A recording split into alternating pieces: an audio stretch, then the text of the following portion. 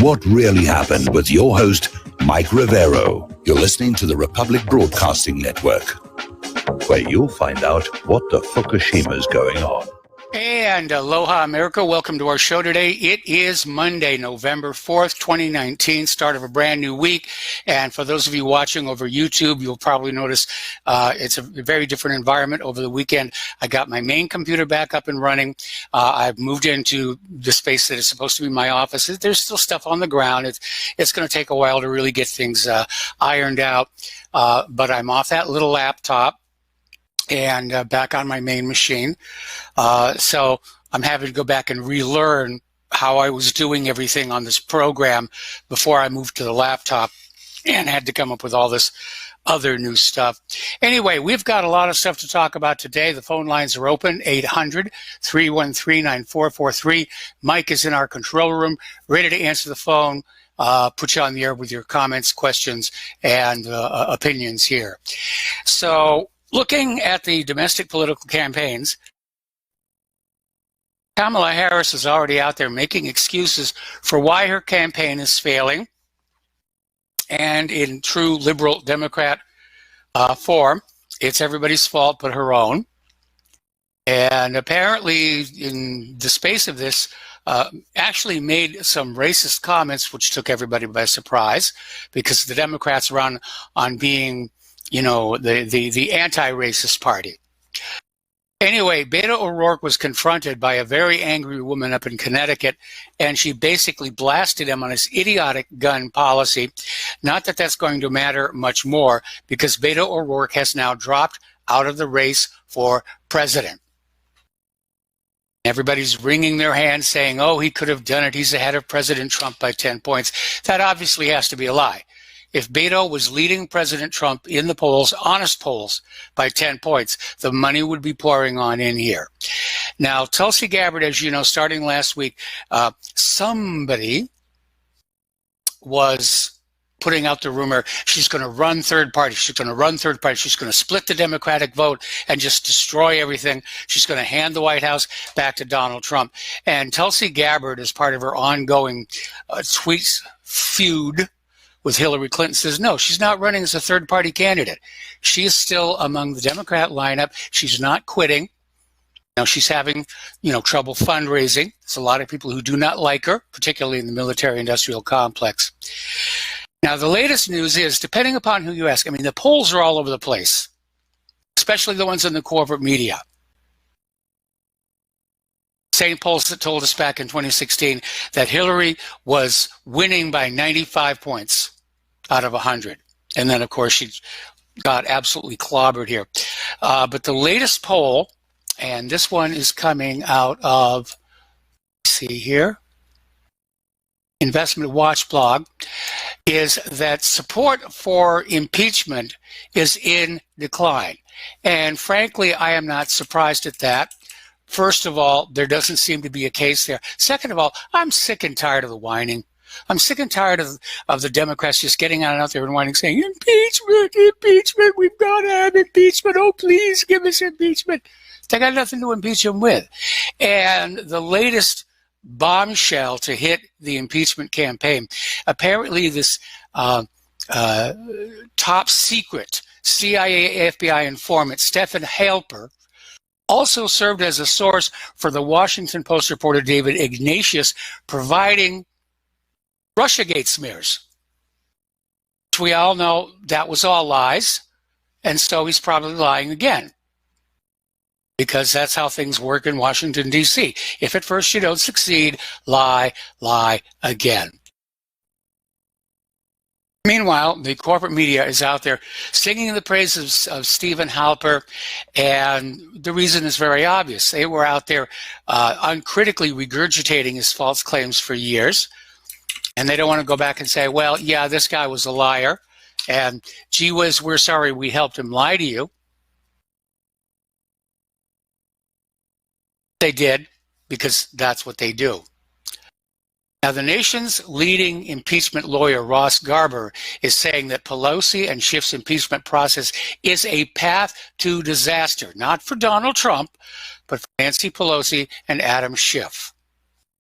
kind of good to hear. Are they willing to self-immolate to please Hillary Clinton? Because more and more I'm thinking that this incredible push to get Trump at any costs originated with Hillary Clinton, this bitter old woman who cannot get over the fact that she's lost the race for the White House twice. And they're still talking back and forth. Will she try for a third time? More about that later. Over at the Michael Flynn hearing, the hearing has been canceled. The judge is reviewing the case and saying that the prosecutors might be in contempt of court. I think the greatest thing that could happen is all charges against Flynn get dismissed. He gets to sue for wrongful prosecution. And what's happened is Michael Flynn's lawyer, Sidney Powell, has reversed the process.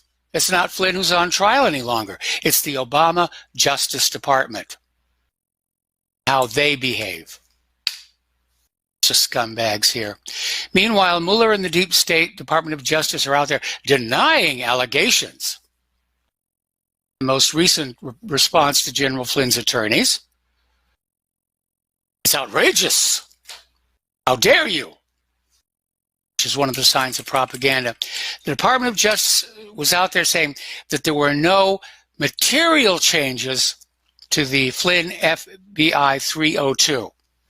There is evidence to the contrary there. Notice they're not saying there were no changes at all. They're saying there are no material changes, meaning, yeah, we may have made a few changes here, but none of them are important. Well, if they're not important, why did you make them? So the story has mutated one more time. The FBI is now saying, well, what happened is they lost the original 302 report from Michael Flynn, so they had to recreate it. But they're pretty sure they got it right. They're pretty sure that they got it right here. Okay. Right now, Schiff is trying to line up more whistleblowers because his current one is already self-immolating here. And so he's turned to a gentleman named Eric Ciaramella, only it turns out he may be implicated in the upcoming FISA report. And all of a sudden, Eric has gotten cold feet. He's broken off negotiations. So he's now saying he will not testify. Democrats are just destroying themselves with this issue. Okay, article that came out of Investment Watch blog again. Apparently somebody conducted a poll saying who would people vote for? Who would the Democrats vote for if Hillary Clinton entered the 2020 race? And according to this poll, if you believe them, she's right behind Joe Biden. And supposedly, according to this poll, without Hillary in the race, Biden is way, way ahead. Well, we're hearing that Biden is going to drop out because he's just flat out run out of money. They're already out there trying to sell this idea. Yeah, Hillary could do it. She could really do it this time. Third time's a charm. She's worked so hard. She's such a sweet lady. She really deserves being president. She's a bitter woman. And if she were to win the presidency, she's angry with the American people who didn't vote her in the last two times. She will find some way to get even with us all. Think about that. Now, E. Jean Carroll is now suing Donald Trump for defamation after he claimed her sexual assault accusations against him were false. Well, burden of proof is on her. Okay, this, always believe the woman, #MeToo, that's nonsense. If the allegations are false, and that's a reasonable assumption, Trump has a right to say the allegations are false. And she's turning around and suing, say, claiming that my allegations are false represents defamation, and we're going to sue you. We're going to sue you for everything you've got. George Soros is out there admitting he's impeded by Trump in his program to turn the United States socialist. So at least he's out there admitting what it is he's trying to do. He wants to turn the United States socialist. Gosh darn, Trump is just getting in his way. All right, let's turn to the war zones here. And there's been a massive car bomb in northern Syria, killing 13, wounding 20. And the blast on Saturday ripped through a crowded market in Tal Abyad, recently occupied by Turkish-backed militant proxies. Now, the Syrian Observatory for Human Rights, which is located in Great Britain, said the blast targeted pro-Turkey fighters and civilians were also among the dead. Basically, they're trying to sell the idea this is revenge on Turkey for selling out al-Baghdadi. But there are reasons to think this may not be true, because car bombing as a tactic is generally employed by the jihadist groups and not by the Kurds. Okay, we're going to take a phone call now. Joe in Tennessee. Aloha, Joe. Welcome to the show. What's on your mind? Hey, Mike. It's been a while since I've called. I've been over in Africa for a little bit. So oh, good. Working offshore, helping BP. Anyway, I'm calling about is the Army and General Flynn. And besides the Army, they really need to get revenge for what the CIA and FBI did to General Flynn. They really also have to look at the judges in all this. Yes. I mean, this judge who's sitting on this case right now, I mean, this 302 issue, he's known about it for a long time. And he's part of this whole conspiracy. Same way with the FISA judges. I mean, yes. Where's the contempt? Where's the ordering of the FBI to get us these documents? They're slow walking to any kind of subpoenas or any kind of judicial orders. They're obviously part of the conspiracy.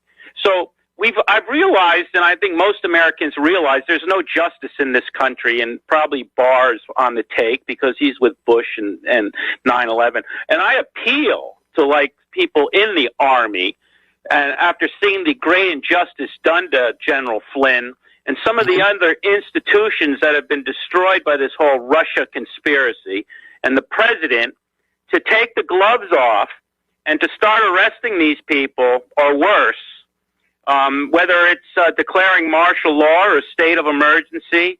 We have the totally lost control of the justice in this country. And it's obvious that these judges need to be arrested also and tried, because this is a scam. I mean, what they've done to General Flynn is it was just the 302s were changed, but it wasn't material. I mean, the judge right now should arrest the agents involved in this and disbar the lawyers who are blocking this and allowed Mr. Flynn, General Flynn, a general of the United States Army, to be framed and railroaded and to have his career destroyed. I mean, where is the anger, though? I got to say, I can't believe that the Army and the military are just sitting around letting their people be. There's kind of a quiet thing in Washington where you're supposed to respect each other's institutions, and the judiciary and the judges are showing no respect for one of the oldest institutions in American history, the one started by George Washington, the United States Army. So my appeal is to members of the Army to let your power be known. And I don't mean that in any kind of illegal way, but in a way that the other establishment and the other institutions of government realize that this cannot stand, that we want justice for General Flynn, and we want to see punishment for these people. These judges are really particularly vile because they're the ones that should have put an end to this 2 years ago. And to sit there and allow the FBI this whole thing on 302s, it's sickening. Why is it even taking this damn long? What more evidence does this damn judge need? He just does want to protect the embarrassment against the FBI, and he wants to protect the Mueller probe and the whole Russia thing. It's such a disgrace. Well, anyway, I'm sorry I've been hot on this. The other thing I wanted to bring up real quick was when I was over there in Africa, I heard about Don Jr. saying he hopes it's Hillary that goes against Trump because that way Hillary can, Trump can beat her. Well, I think that's very disgraceful. When I heard it, I lost a lot of respect for Mr. Trump's son, because I don't want to see Hillary anywhere near any chance, even if it's like less than 1% chance of being president of the United States. I don't want to see her, and any real true patriot should look at her like the plague, and you don't want to even allow the concept of her being near the presidency. Now, if Mr. Trump's son thinks that, it'll make his father's victory easier, that's like really selfish against the country. He should worry about the country more and his father's re-election less. It's also naive because Hillary's going to cheat again like she did in 2016. The Democrats are flooding this country with illegal immigrants and getting them registered to vote even though they're not supposed to vote. And, Hillary thinks that the ends justify the means, and therefore she's going to cheat. Well, absolutely. She's a monster, and that's why he should know better, that she shouldn't be even, contemplated as like, you shouldn't be glad that she's, or hoping that she's going to run against, Trump, even if you think that makes it easier for your father to win. You're putting the country at such serious risk. She's such a monster. Yes. Just, when I heard that, it really sickened me, because he should know better. He's a lot smarter than me, I guess, or maybe he's not smarter than me, but he knows a lot more of the inside scoop. So what's going on with that? He should be ashamed of himself, and it just shows that he's really selfish and that he doesn't really care about the country. He's more interested in his father being reelected, and that's kind of disgraceful. Well, something I've learned in my many years on this planet is being rich or having political power does not mean that person is automatically somehow smarter or better than the rest of us. And that's just the reality. In fact, looking at what's going on over at the impeachment inquiry, they're making some really stupid mistakes. Oh, well, the whole thing is stupid on the surface, but the fact of the matter, Mike, is the way they've silenced the media, and the way the media is just a parrot for the deep state.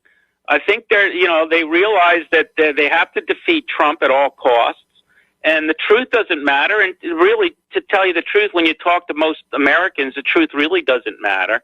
And when you talk to most Americans now, they're emotional. They don't know how to reason anymore. The people on the left, and the fight is going to be for the middle and the independents, and they're going to appeal to, against Trump is the women, and particularly, the white women in the suburbs. That's what their hope is. Yes. But they do, it doesn't matter that everything's a lie anymore, because, as a 9/11 truther and, like Vince Foster and all that stuff, they bury the truth and they call you names if you bring up the truth. And, it's like, I can see like how they're, totally thinking this through and thinking we can't afford to have Trump be reelected. They're pulling all stops, and they figure since they own the media outright, and Trump really hasn't protected the alternative media. That's just on Trump. I've said since the last year that if Trump loses this election, it's really on him. He's got the whole deep state, Barr information and Epstein to destroy them with.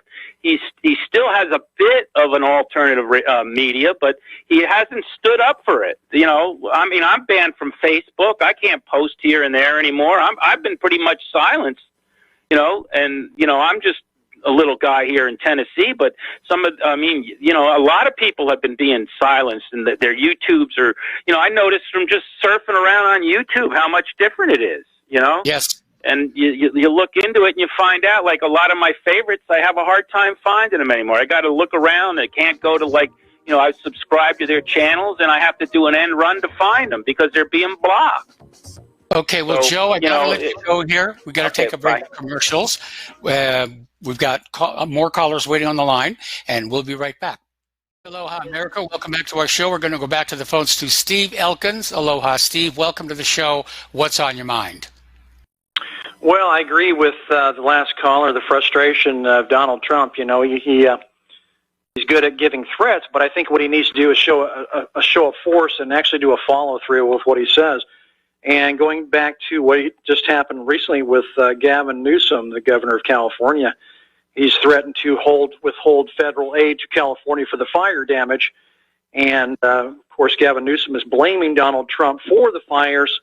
And in the reverse, Donald Trump's come back saying, well, you have not managed the forest correctly. That's your problem. You cause this every year. Fires, fires, fires. That's your problem for mismanagement of the forestry. And, but, you know, if he's not going to be able to do that. It's impossible to hold the federal aid for these fires. It's impossible. I mean, but strategically, politically, if you think about it, California will never, ever, ever go Republican again. It's never going to happen. The Ronald Reagan days of Republicans, it's never going to come back to California. It's done. The illegal immigration has taken over. Whites are being squeezed out. People are leaving the state. That's why I left. But it would be nice for him to follow through with a threat. And he could have started that from the very beginning with the federal immigration law, enforcing federal immigration law. And those governors who refused to follow federal immigration laws and said, we're going to consider being a sanctuary city or a sanctuary state, would have been nice for him to step right up and say, that's not going to happen, and send the authorities. Well, the big argument, though, is who's in authority here, and this gets back to the supremacy clause of the Constitution, where, in theory, the federal government trumps the state governments. And the state governments are clearly in violation of Title VIII. And you're right, Trump should have done something. He let this get out of control. I mean, as soon as he came into the Oval Office, the first thing he should have done was start slapping down these people and say, there's a new sheriff in town. Yeah. Well, you know, the Democrats and the liberals played the human rights thing to the T to say this is all humanitarian. We have to allow these people in when we know the lies about why people were coming into this country wasn't humanitarian. They weren't coming because they were fleeing their country from the drug lords or anything like that. It was simply they want a better life. They want a better life. That's why they're coming here. And I'm okay with immigration, checks and balances and allowing people in if, first of all, they meet the criteria and they're not felons and other things. But, the thing got out of control. And he should have been more like Ronald Reagan when he took on Patco when they went on strike. And he said, get back to work. And they didn't get back to work. He fired them all. And it would have been nice to see a little bit of Reagan backbone with Donald Trump from the very beginning to send a message, because had he sent that message right away quickly of what kind of president he was going to be, a forceful, strong president, I think the Democrats would have said, you know what, we're not going to tackle this guy. We can't. He's already shown he's a president with spine, with character. We can't go up against this guy. He's just way too strong. And he would have had the support of the American people on a whole. He would have had the support of most Americans on following federal immigration law. Nobody's going to debate that. Only a small percentage would debate that. And those are the ones who have something to gain from it. That's the illegals and the Democrats who want them as voters. You're absolutely right. And I think the majority of Americans don't have a problem with legal immigration. I don't. Right. It's the illegal part, and the fact that there are no filters, if you will, on the people who are crossing our border. And as a result, we're being flooded by MS-13 gang members and drug dealers and who knows what all else out there. And if you'll notice, street crime has just been soaring along with the population of the illegal immigrants. Yeah. Well, the Democrats are trying to make illegal in as far as immigration. It's kind of like like jaywalking, Well, it's a crime, but it's really not that big a crime, and we really should look the other way on this. But it's purely benefiting the Democrats to have illegal immigration come in and flood this country. Clearly benefiting them all the way. Yes, absolutely. That's it for me, Mike. Have a great show. We'll talk to you later. All right, thank you. And we're going to switch over to Dustin in New Jersey. Aloha, Dustin. Welcome to the show. What's on your mind? It might benefit them now, but in the long run, it's going to crush this country down like nothing like it's doing in Europe. It's going to bring it crumbling down because the country's broke already. There's no way we can sustain bringing more people in that are on some kind of assistance. Yes. And, you know, and it ruins your fabric of society eventually. And it's already started, like in California. I mean, it's like our national debt is now officially above 23 trillion with a T dollars. Okay, well, listen, Dustin, stay on the line. We've got to take another break for commercials. Don't hang up. We'll come right back to you after these words from our sponsors. Aloha, America. Welcome back to our show here. We're on the line with Dustin in New Jersey. And Dustin, take it away. Yeah, Mike, with Trump, like, see, the problem is he said he was going to leave Syria, and then he moves troops to Iraq and Saudi Arabia, and then he goes back into Syria to take their oil, and he tells everybody he's going to. So, is he doing that to let everybody know in the world what we actually really do? Or is he doing that because, like, if you're a U.S. soldier or a family of a U.S. soldier, you look at that and you say, well, he didn't bring anybody home. He didn't do anything. So I keep saying he's not doing anything. They're all back there where they started. Yeah, nothing's changed. Nothing's changed. The same with the tariffs. You know, and the tariffs. What's changed? We're going to make a deal with the Chinese, but the deal is to go back from the beginning because they put all the. Remember, they stopped buying the produce from our farmers. Yep. So nothing's changed. It's like we're at zero where we started. So if Trump gets in, what's going to change then, Mike? You know what I mean? It seems like it's a game, and it's just. Yeah, it is. There's nothing. It is. It's called keeping the American people dumb, stupid, and imagining that they're happy while the nation gets looted and plundered. You know, what Trump is doing to Syria right now is what American corporations are doing to Americans right now. And the whole point of politics and the corporate media is to keep reassuring you everything's fine. Everything's wonderful. You don't need to revolt. You don't need to have a revolution because really you're so much better off than the people living in other countries. Yeah, I mean, if Trump put somebody in charge, you know, in the Joint Chiefs of Staff, like that would actually, like the guy McGregor on Tucker, like to bring the troops actually home from Iraq and Syria and Afghanistan, this would throw a monkey wrench in all these people that's going after him because it would throw them back years. But he's not doing it. No, he's not doing it. And if he really wanted to throw a monkey wrench at these people, he would do that. Because they would be back to what? Zero, where they started, right?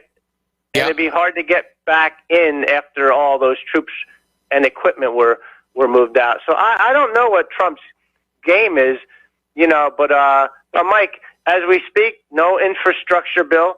The borders are wide open. I was reading on the Drudge Report a couple days ago. Immigrant families at record amount coming over the border. Nobody's stopping them. Nobody's doing anything. Nope. You know? So I just don't see any hope for anything anymore. It sounds like a Debbie Downer, but it's just because what I see with my own eyes is nothing getting done. Like, what's Bill Barr doing? Absolutely nothing. What did Jeff Sessions do? Absolutely nothing. Rudy Giuliani's talking up a big game, but at the end of the day, none of them is going to do nothing because they're all aligned with the elements of the establishment. Like Giuliani is, even Flynn. You know, I don't know Flynn's personably, you know, but I mean, it seems like everybody who's in Washington, D.C., the Beltway area is just utterly unfixable and corrupt. And that's the way I look at it. Well, they don't see a reason to change anything, and any kind of significant change or upset runs the risk of collapsing the system as a whole. When you were a kid, did you ever have an experience where you started running downhill and you're running faster and faster and it feels great how fast you can go, and all of a sudden you realize you can't stop? All you can do is run as hard as you can to keep from falling down. That, I think, is a good analogy for what's going on with our federal government right now. They can't stop what they're doing. They're in too deep, and all they can do is just keep on doing what they've been doing in the hope that they can avoid a collapse. But it's only a matter of time. And going back to what Joe from Tennessee, Joe, there's no justice. It's just us. The judges has nothing to do with justice. It's about politics and factional fighting. And these people don't follow the law. They follow what they're told to do, unfortunately. So the judges are all bought off, unfortunately, also, you know. And that's all I got to say, Mike. Have a good night. All right, thanks an awful lot. We're going to switch over to Sovereign Man. Aloha, Sav. What's on your mind today?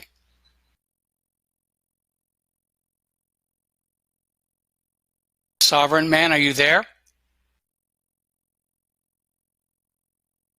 Nope, I guess we lost him here. Okay, the Pentagon is expanding their permanent Africa presence. I bet a lot of you didn't even know we had an Africa presence. We have a separate command, AFRICOM. Sounds suspiciously close to the Nazis' Africa Corps. Rami, we will drive Montgomery across the Sahara Desert. Anyway, the Pentagon is expanding their permanent Africa presence with a $110 million drone base in Niger, which I understand is already operational. By the way, there is a story floating about that the United States has decided that the next generation aircraft carrier won't have any aircraft, that they will in fact be submarines capable of launching and recovering drones, an idea that actually goes back to the Japanese in World War II, who actually had a submersible aircraft carrier. So let's talk about what's going on over in Syria.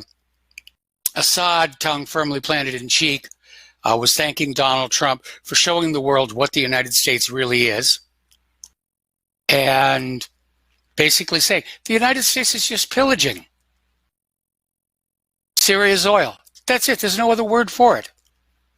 They're going on in and they're pillaging, and everybody's out there trying to talk about this so-called Syrian Constitutional Committee. While they yammer on and yammer on, the United States is sucking the oil out from Syria, putting it in trucks and sending it outside Syria for processing and sale.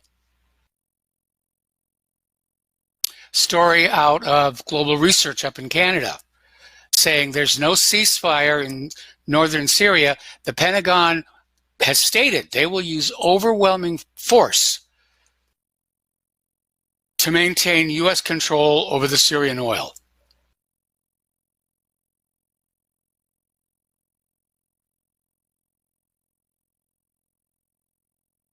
Excuse me, a little bit of a sneeze there. So everything the United States is doing in Syria right now is a war crime under the UN Charter and international law.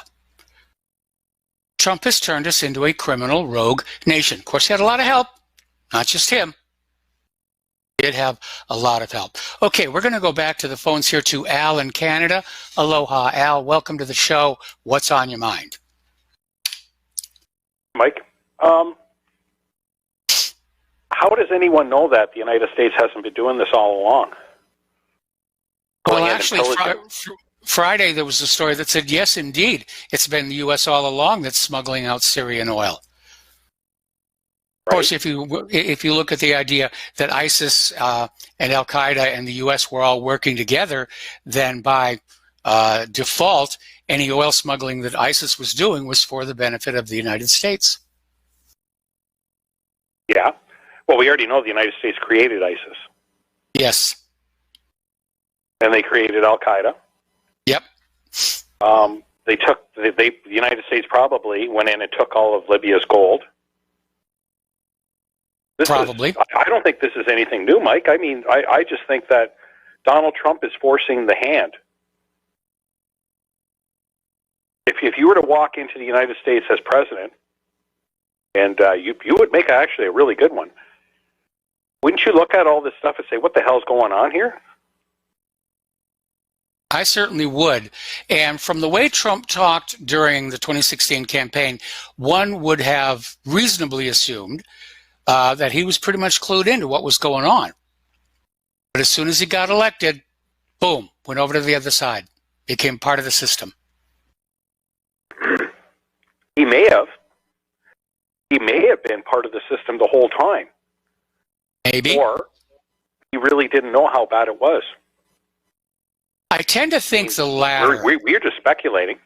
Because he's never been treated like he's an insider. No, of course not. He never will be.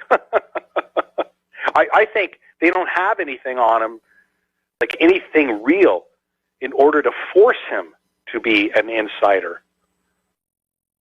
If they had something real on Donald Trump, there would have been no Christopher Steele dossier. There would have been no Russiagate.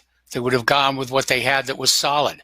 I mean, the fact that there's been so much fakery around Trump's removal from office tells us they couldn't find anything. And so they concocted this Russiagate story. That fell apart. Now they're trying to figure out a way to impeach him. That's falling apart. And all I can say is to any of Donald Trump's security people who are listening to this broadcast, drink a lot of coffee. Make sure you're wearing your Kevlar, because the next step up from this is they're going to try and take him out. His third year, Mike. When was... I actually predicted this about three and a half years ago. I said John F. Kennedy got shot in, I think it was November, right, in Dallas. Yes. In his third year. Yes. We're there. We're like right here, Mike. I'm not laughing because it's funny. I'm laughing because it wouldn't surprise me if it were to happen. It really wouldn't. Well, the big question is going to be, who are they going to try and blame for it? Jeffrey Epstein. I mean,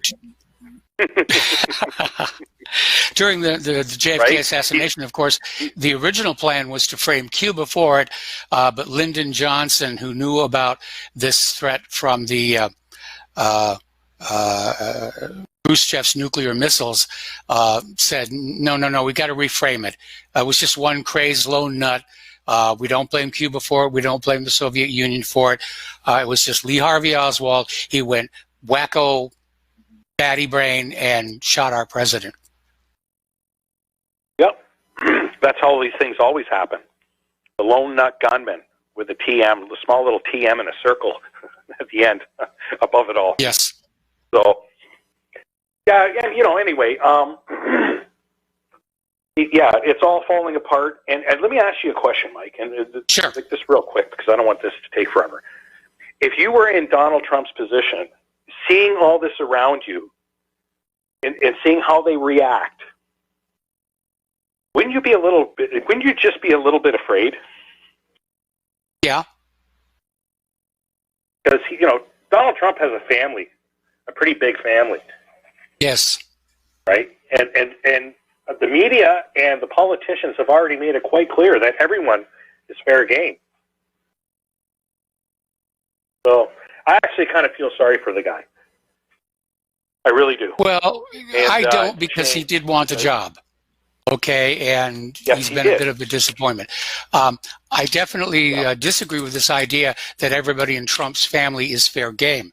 Now, obviously, Jared Kushner being a player, it's okay to talk about him, but leave Barren alone, leave Melania alone. They're off limits. Even the mafia says the family is off limits.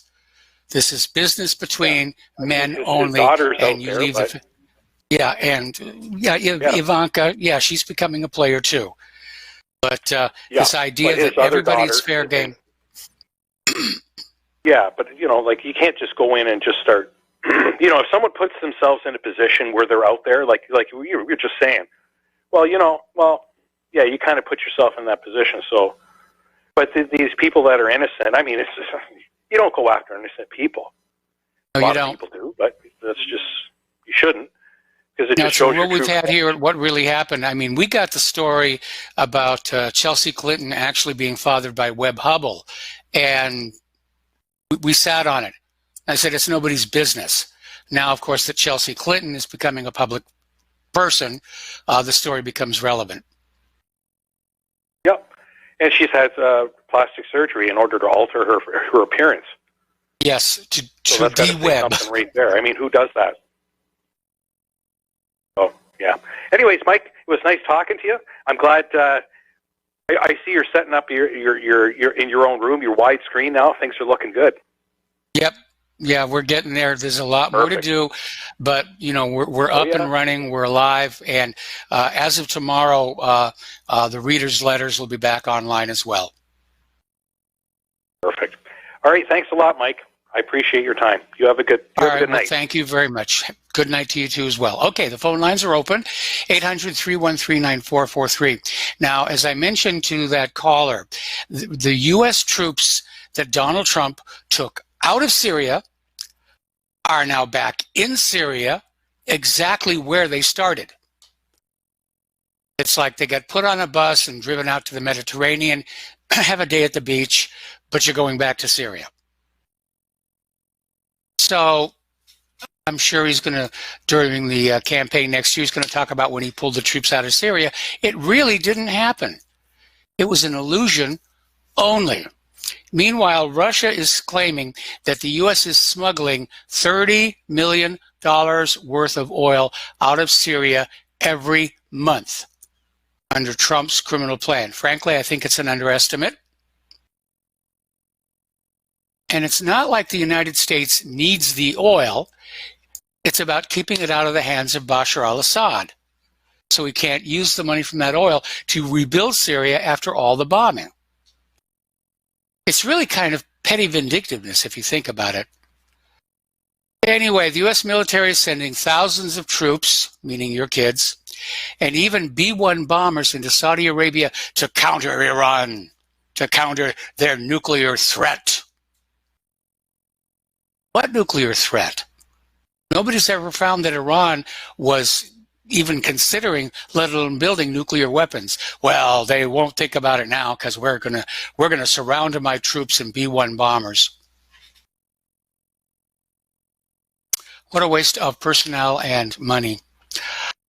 Okay, now a little bit of good news. The United States and South Korea have canceled a joint military air drill. This is for the second straight year, hoping this will help ease tensions. Okay, we have a caller on the line. Got to take a break for commercials. We'll be right back.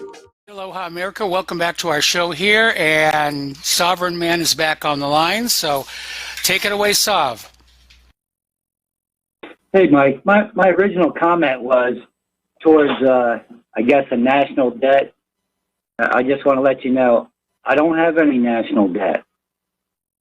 Okay? But actually, the other subject I want to talk about, have you heard of the Barren Trump series? It's called, Barren Trump, and another novel is The Last President. Have you seen those? They're two books from the late 1800s. Hello? Uh-oh. Am I carrying the show? Can you hear me? I'm saying, can you be more specific? Oh, okay. The Barren Trump novels are two children's novels. One in 1889 and 1893, the American author and lawyer Ingersoll Lockwood. It says they remained obscure until 2017 when they received media attention for perceived similarities between their protagonist and the U.S. President, Donald Trump. So, I mean, they're interesting reads. They're kind of like some people claim that Trump or that has something to do with time travel. They're just interesting reads. It's a little out there. I don't know if you've heard of them. No, I hadn't heard that one. Yeah, it is out there. But these are books that were written in the late 1800s, Mike.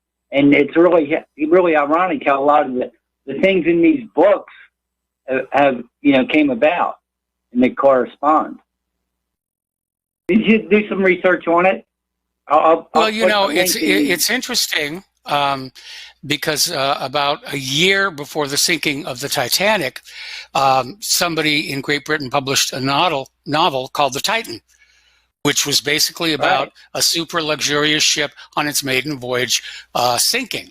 So, there's only so many events out there that are imaginable, and every once in a while somebody will write something that does seem very prescient, but it's usually just coincidental. Yeah, I don't know. Sometimes coincidence and fact are one and the same. So I don't really believe in the coincidental things, though. Just like the Matrix, that was written by a woman. I know that you know that, don't you? It wasn't written by the Wachowski brothers. Oh, they're merely directed. Yeah, they did. I mean, there was a lot of different things, Simulation, Simulacra, and a few other books that were incorporated into the movie. But that the Matrix was written by, I think, Sophia Stewart. I think her name is. Is that correct? I don't recall the name off the top of my head, but what's the point you're trying to make? Because we're almost out of time this hour. Yeah, I'm just saying that it's an interesting read, and if people have some time, they should look into it. All right, well, Sovereign, we're going to have to let you go. We've got to take a break for station identification, and we've got other callers waiting on the line after these few words. Aloha, America. Welcome back to our show here, hour number 2. The phone lines are open, 800-313-9443. And if you're wondering why I keep looking out the window, which is right behind this monitor, it's because there's this magnificent bald eagle that's just circling and circling way down low. And, I don't know if that has any meaning to it whatsoever, unless it poos all over my back porch, and then I would say that's a negative vote of confidence. Anyway, let's get back to the phones here. Mark in North Carolina. Aloha, Mark. Welcome to the show. What's on your mind? Yeah, hello, Mike. Mike, I wanted to comment more about the Syria thing, about the oil. Yes. So far, I've only heard Tulsi Gabbard really jump on Trump for this. She was on I listened to a radio show yesterday on XM. Yeah. And he said, he's shaming this country. He's using our troops. I forget what she said, mercenaries, I think. I say rent-a-cop to guard that oil. And she really put, and she got very little argument back from the lady. I think it was Fox News, Maria something or another. Yeah. Italian last name. But anyway, this is an impeachable offense to me. Not the nonsense they're trying to impeach him on. But you notice either the Democrats or the Republicans are going after him on this. And Tulsi now has a bill to try to get all the troops out of Syria. And she's got no she introduced that. It's going to go absolutely nowhere. But it's going to force everybody to go on the record whether they support what Trump is doing or not. As far as the foreign press, they're excoriating Donald Trump, the White House, and the U.S. in general over what is seen as a naked act of plundering of Syria's natural resources. Goes to show you how what hypocrites people like AOC and Ilya Omad are. Omad makes so like she cares about the Palestinians. I don't know if she really does or doesn't, but she obviously doesn't care about these Arab countries like Syria because they're not radical enough for her. Okay, she probably wants the terrorists to win. So she's a complete hypocrite. I don't trust the woman at all. And AOC, another one. People are all, there's nobody in there that's any good in our government. Nope. I have hopes for Tulsi now, but, like I said, the odds are so stacked up against her, it's incredible. I mean, she's, both parties don't like her. I just don't know anymore. I mean, I don't know what happened to this country. You think the people would be outraged. I really believe it should be. I really believe the worst thing this country ever did was do away with the draft. If you had a draft, they wouldn't dare do this kind of stuff. People would be much more enlightened, much more alert. There would be riots in the street if they tried to these wars with if you had a draft. There's no way they would get away with this stuff. I don't know. What do you think? Do you agree with me on that, Mike, or what? Well, they got rid of the draft because it was unpopular with the American people. We'd lost in Vietnam, and I know the U.S. tried to reposition itself as, okay, maybe we made a mistake there. And then, of course, we started getting back into more wars. And I remember George Bush getting up there and saying that, we are now free from the curse of Vietnam, which is not entirely true. People started forgetting just how horrible that war was, how worthless that war was, how many of our troops died because of that war, how many Vietnamese we killed. People just started forgetting about that by then. And they bought into these wars again, and they continue to buying into them.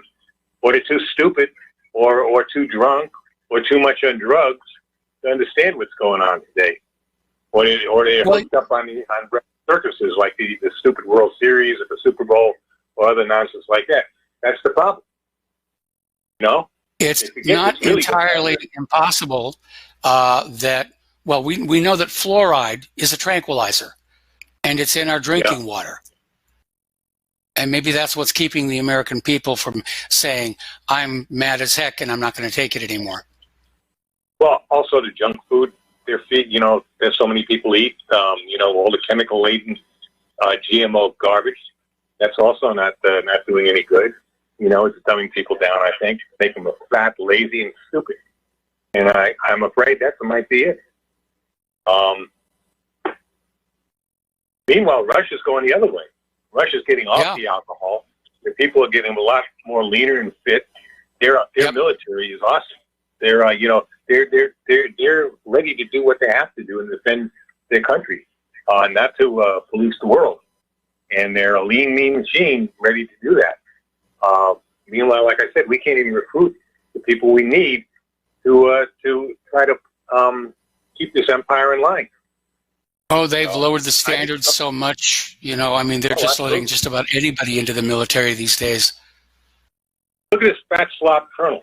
By the way, I got a YouTube of my own, and plus I made a Facebook thing, meme about that. And this guy, obviously, the biggest scandal concerning Colonel Windman is that he's that they're ignoring their own physical fitness standards, and he's probably, I don't know, they're passing him through, I guess, at the PT test. Okay? A fat slob like that shouldn't even be in the military anymore. Okay? Yes. After that, he's a neocon. He's, I don't know what's wrong with some of these Jews that recently came in from the old Soviet Union. They were refugees from the old Soviet Union. They came in, I think, around the 1980s, like he did. Okay? Don't they understand that it was the Red Army, the Russian Red Army, that saved so many Jews? Actually, a lot of Jews joined the Red Army. They fought, and they were proud to be in the Red Army. They fought very well. And, it was the Red Army more than anybody else that defeated the Nazis. Yes. There's a clown like that. Remember that? The same thing with Max Boot. He's another Soviet Jew refugee. Okay? Don't these clowns understand that? I mean, are they that ignorant of history, even the history of the country they come from? And the people that they were, it was the Soviets, it was the Red Army that actually broke open those and freed those concentration camps. Most of them, at least. There were a couple in the West, but most of them were in the East, and it was mostly liberated by the Red Army. And yet, this clown, and not only him, a lot of them hate Russia, even though Russia's not even communist anymore. It just goes on and on. It's just a convenient enemy. I mean, governments cannot keep their people afraid and under control without some kind of an enemy, even if that enemy is imaginary. What's with these Soviet Jews that are coming over? And Gary Kasparov, I think he's another one. Mm-hmm. I understand he grew up in the Soviet Union. He may not have liked it. It was not anti-Semitic or anti-anything else. It was anti-religion. That's the whole thing. They did not want people practicing religion there. It was mostly atheistic society. It wasn't a matter that they were racist or anti-Semite or anti-anybody else. That was the way the society worked at the time. Today, it's not the case anymore. Putin is a Christian today. Okay? Yes. And Greek Orthodox Church has a lot of See? And Islam and Judaism, all of them are treated very well today in Russia. Those Buddhism, those are the main religions. So I don't know what these people's problems are, Mike. I'll take the rest of your call offline, okay? All right. Well, Mark, thanks an awful lot for the call. Again, it's all about keeping control, and the best way to keep control over a population is to make them afraid of something or somebody, even if you have to make it up out of thin air. And that's where a lot of the current discord is coming from. We see it all the time with, the Muslim bashing that's going on in the corporate media, the anti-white rhetoric that we're seeing all over the place. It's just trying to fan up conflict because people under conflict are easier to control and exploit. Okay, we're going to go back to the phones. Jim in New York, aloha. Welcome to the show. What's on your mind? Hi, Mike. I think Mark from North Carolina stole my thunder. I think Trump should be impeached. I called last week. I said he should be impeached, but not for the reasons that the fake media says. He should be impeached for bombing Syria twice and now stealing their oil and bragging about it. I mean, it's appalling. I can't imagine a president just coming out and saying, oh, I like oil. I'm just going to take Syria's oil. So at this point, I'm tired. Let's be fair. Back when we were in Iraq, President Bush was out there saying to the American people, don't worry, this war isn't going to cost you anything. We're going to fund it with Iraq's oil. So even he was saying the same thing. We're going to go on in there, take the oil, and all will be well. Of course, that didn't work out too well. Well, Bush also should have been impeached. So I'll agree with you on that one. Right now, if I had any investment capital, I'd be going long on tar and feathers. Yeah. But, Trump, I've had it with him. It's the Kushner and Ivanka administration. Yes. And, I'm sick of people saying, oh, would you rather have Hillary? Well, no, I wouldn't, but that doesn't mean I can't criticize Trump. Enough You're is absolutely enough. right. Coming out, You're absolutely correct. Coming out and saying we're going to take Syria's oil. We're stealing their oil from them. A country that's been decimated, 500,000 dead. And it's just appalling. And I've done with Trump, and I hope they impeach him. Of course, they won't impeach him for the right reasons. They'll impeach him for Ukraine Gate or something nonsense. But I don't care. If they impeach him, at least with Pence, you'll get the face of evil staring right in your face. And, Trump has a likable personality, and that's kind of the problem. People should see through his garbage. This is it. It's just coming out. We're going to take Syria's oil. Like, that's okay? It's unbelievable, Mike. I can't believe it. What do you think? Well, obviously to our 21st century sensibilities, it sounds absolutely horrific. But go back and study the early history of the British Empire, and that was their express attitude. We're going to make the world England.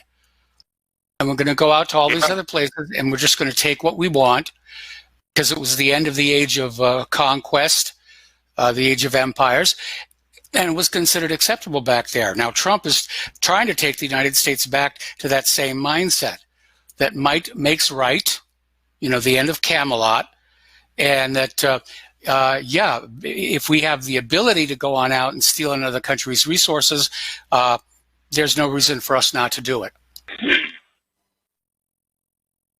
Yeah, it's very disturbing for a president to just come out and openly admit, well, we're going to take the oil. It's disturbing. And you notice the, quote, liberal media Yeah. hasn't said a word because they're for it. They like Trump doing this. They're talking about, identity politics and gay rights. But notice they won't attack Trump on stealing other countries' oil blatantly. So I just find it appalling. I'm done with Trump. I won't even give him a second thought. I hope they impeach him. Well, to me, he's just another puppet. As horrific as stealing Syria's oil may be, it would not be an impeachable offense because for many Americans, that's kind of his job, to go on out there and, be commander-in-chief of the military and say, you will all go over here and you will do thus and such. Yes. Yeah, well, this has been going on before we were born. So, no, I know that. But I'm just saying, if we had a moral, righteous country, Trump would be impeached because of this. And on that note, thanks for taking my call, Mike, and have a good day. All right, thanks an awful lot. I think overall, the United States is a moral and righteous country. It just happens to be under the control of an absolutely ruthless criminal government. Okay, phone lines are open, 800-313-9443. Getting on back to the international news here. Netanyahu is accusing Hamas of firing rockets at Israel from Gaza. And Friday said a total of 10 rockets had been fired from Gaza, including 8 projectiles that had been intercepted by the Iron Dome air defense system. And that had to be really costly because normally it takes several of those Iron Dome missiles to bring down one of the Hamas Gaza missiles because of the way it weaves around here. So, but again, Netanyahu is struggling to keep control of Israel. And again, Netanyahu and previous Israeli prime ministers ruled the Israelis by keeping them constantly afraid of terrorism, of the return of the Nazis, of ovens and more Holocausts. And it's all a fantasy. That's what they use to keep control. And that's why they protect those fantasies as hard as they do. Nobody's going to believe there's a threat of a new Holocaust if it turns out the last one was just made up for political reasons. Protests are rocking Baghdad and Beirut. Iran is starting to dig on in because they know they're next for one of these destabilization operations. And the governments in Iraq and Lebanon are literally staggering under huge waves of public protest. Powerful factions loyal to Iran are pushing to quash political upheaval. So the whole world seems to be angry with the rest of the world here. What can I tell you? And it isn't just the Rohingya. The Myanmar are now attacking Buddhists in Rakhine State too. Now, have you ever had to hear somebody say, watch out for the Buddhists? But apparently it is a big problem. And during last month's Thadring Yut, the second most important annual festival of the Buddhist calendar, it's tied to the full moon. And instead, everything got put on curfew. Over in China, protesters vandalized Xinhao office, public property, during a night of violence. And they're not letting up. Even with all the military going around there, they're just absolutely not letting up. Now, are all these protests covert U.S. destabilization? Could be. Are some of them genuine organic masses are simply fed up with how they're being treated? Possibly. All the way back when they first started talking about the New World Order and globalism, and I said the effort to create a single global political structure would in fact create the political climate for a single global revolution, and that may well be happening right now.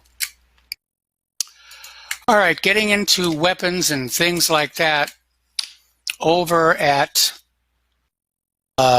Asia Times, they're saying, has China won the stealth war?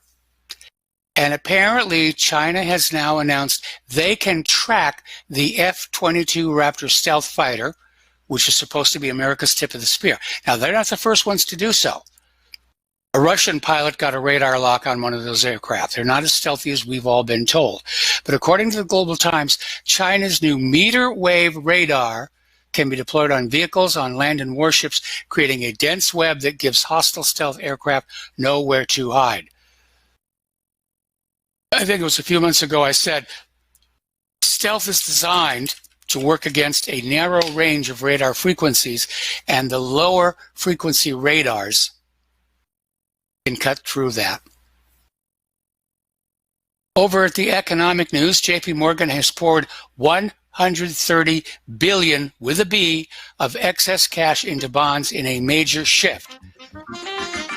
And we got to take a break for commercials, and we'll be right back. Aloha, America. Welcome back to our show here. We're talking about the economic news here. We're talking about how JP Morgan has poured $130 billion with a B of excess cash into bonds in a major shift. And the upshot of it is the bank is acting like the next recession is here. Everything the bank is doing points that way. And of course, the economy is going to be politicized. The Democrats would love for the economy to crash because they're going to blame Trump for it. Oh, the economy was absolutely fine when Obama left office. It was in swell shape. And if it's crashing now, it's all the fault of that evil Donald Trump. So lynch him, lynch him, lynch him. Apparently, Australia, China, Lebanon, Sweden, and the U.S. are all having major bank issues this last week. The system is definitely under strain here. Over in Great Britain, baby goods retailer Mothercare, sort of their equivalent of our Babies R Us, has called in administrators, which is British speak for gone into bankruptcy, and they figure it's going to cost about 2,500 jobs. So Mothercare said the 79 British stores were not capable of achieving a sufficient level of profitability, and that so far it had failed to find a buyer. Now they will continue to operate as normal for the time being. Part of it may be, obviously the decline in disposable discretionary income among the population. The other part is that birth rates for white people especially are in decline. Another article out of Investment Watch blog, 9,000 stores have closed so far this year as the global economy collapsing. And it says the central banks are just going to buy up all the assets. They can just create all the money they need out of thin air and they will own it all. Part of the design plan, I think. Over in Japan, Microsoft's Japan division tried an experiment last August. It's called the Work-Life Choice Challenge, summer 2019, in which they trialed a 4-day work week for their entire workforce. 4 10-hour days, and then you get Friday off along with Saturday and Sunday. Productivity went up 40%. Something for all those work them until they drop people to think about. Now, China is definitely out there thinking about the future. And China has already created 12 free trade zones, 6 more on the way. And now China is saying they want to set up a $10 trillion economic zone literally in outer space, space between the Earth and the moon. And they're saying that this will generate $10 trillion worth of services per year. I'm not exactly sure what the revenue stream is going to be or how they're going to capitalize it, but at least they're taking it seriously as space becomes more and more privatized. All right, getting on out to California. I feel sorry for those people in California. They've had all these fires, all of these blackouts. They've literally gone back to medieval times, where at night the only illumination is coming from those fires. And Now, of course, they're getting an increase in seismic activity as well. So it's rough out there. Now, Trump is vowing no more federal aid to California as the fires continue to burn. And part of it probably has to do with Gavin Newsom's attempting to say that somehow or other, Donald Trump is responsible for all this. It's not our fault. Don't blame the liberal Democrats. We did nothing. It's all Donald Trump. We're busy faking up photos of him running around the forest with a Bic lighter setting these fires. And as soon as we get something decent, we will share it with you here. Apparently, 3 fires in Lafayette and Martinez have now been confirmed as started by PG&E lines. Because the money all got spent on things like illegal immigrants. So the California governor is threatening to take over PG&E, and I think it's long overdue. This rush for deregulation and privatization has led to disasters all over the place, not just California. Look at what's happening with Boeing. So the Californians are angry at politicians and PG&E, and it's getting worse as the wildfires and blackouts continue. Victor Davis Hanson is out there saying Democrats have turned California into a problem-plagued, burning nightmare. Anyway, getting on back to Boeing here, American Airlines, United Airlines, and Southwest Airlines are saying they're not going to put the Boeing 737 MAX back to the skies, even if the FAA says it's good to go, because of the nuke scandal with the wing cracks. We'll be right back after these few words. Aloha, America. Welcome back to our show. We're going to go back to the phones to Rick in Arizona. Aloha, Rick. Welcome to the show. What's on your mind? Yeah, Mike. Your wife had a cataract surgery, and you said that you used a glass lens. Is that different than the regular conventional protocol? Is it new technology, or what was it? I don't know how new it is, but that's apparently the standard protocol now is when they take out the lens that's blurred and cataract, they replace it with a glass lens. Now, the glass lens, of course, isn't flexible. So after she has the next eye done, she's still going to have like close-up glasses to work with. But she says the improvement in her vision is just amazing. She didn't realize how bad it had gotten. Yeah, I'm sure. It gets bad slowly, and then all of a sudden you get used to it, and then all of a sudden you can't see very well anymore, and now you got to take it out, and all the colors are back. Yes. I got one question about space travel they got over in China. Mike, you got to bring your own air into space, and that's why I'm always suspicious about space peddlers. You can generate oxygen out of water with a submarine, but when you go to space, you have to bring your own air, and I'm wondering how have they been doing that? Like in the space station, what are they using for fresh air, and how are they getting rid of the carbon dioxide? And what happens if a valve breaks on their air supply? I mean, you have to bring your own air in space because it's a vacuum, and you cannot generate any oxygen out of nothing. Well, how is it done? As far as the carbon dioxide is concerned, that's scrubbed from the internal atmosphere, usually using lithium hydroxide.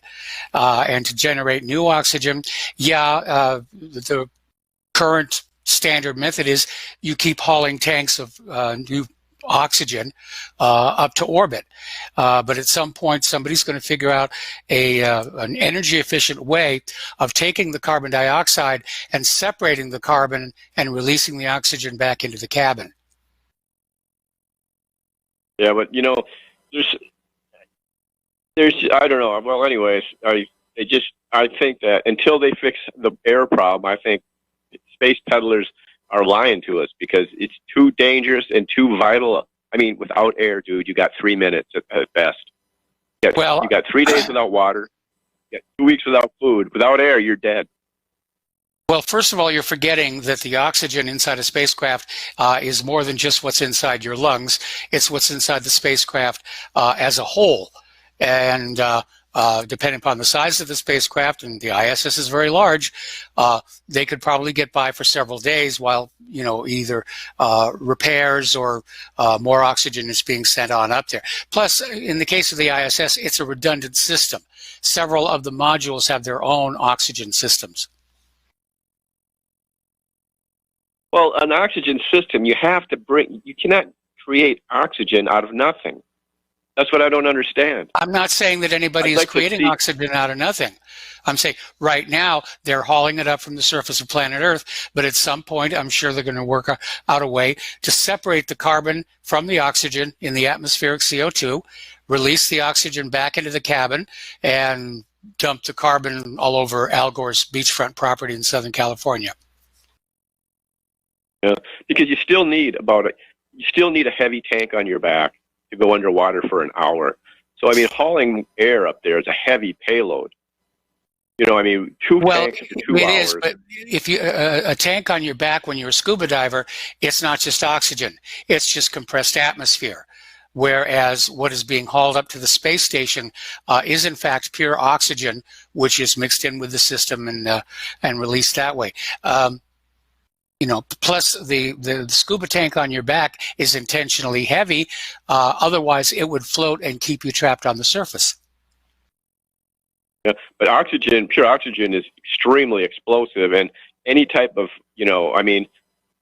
I don't know. I would like to get something that explains the fresh air system for space travel, because I'm really having a problem with it as far as, going anywhere in space requires air, and you cannot go without it for too long.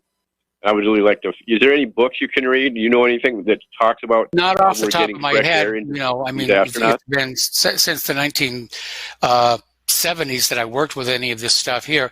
But first of all, pure oxygen by itself is not explosive. It's not even flammable. What it does do is allow other materials to become much more flammable and explosive, as they discovered, unfortunately, on Apollo 1. But that's why all of our manned spacecraft have a 2-gas system, where there's nitrogen plus oxygen, so that the fire hazard is reduced. Okay, well, thanks for taking my call. All right, you got it. I miss the space program, I really do. I'm glad we're getting back out there. Okay. Story. Apparently, a pregnant mother used an AR-15 to kill a home intruder after 2 men burst into her Florida home, pistol whipped her husband, and grabbed their 11-year-old daughter.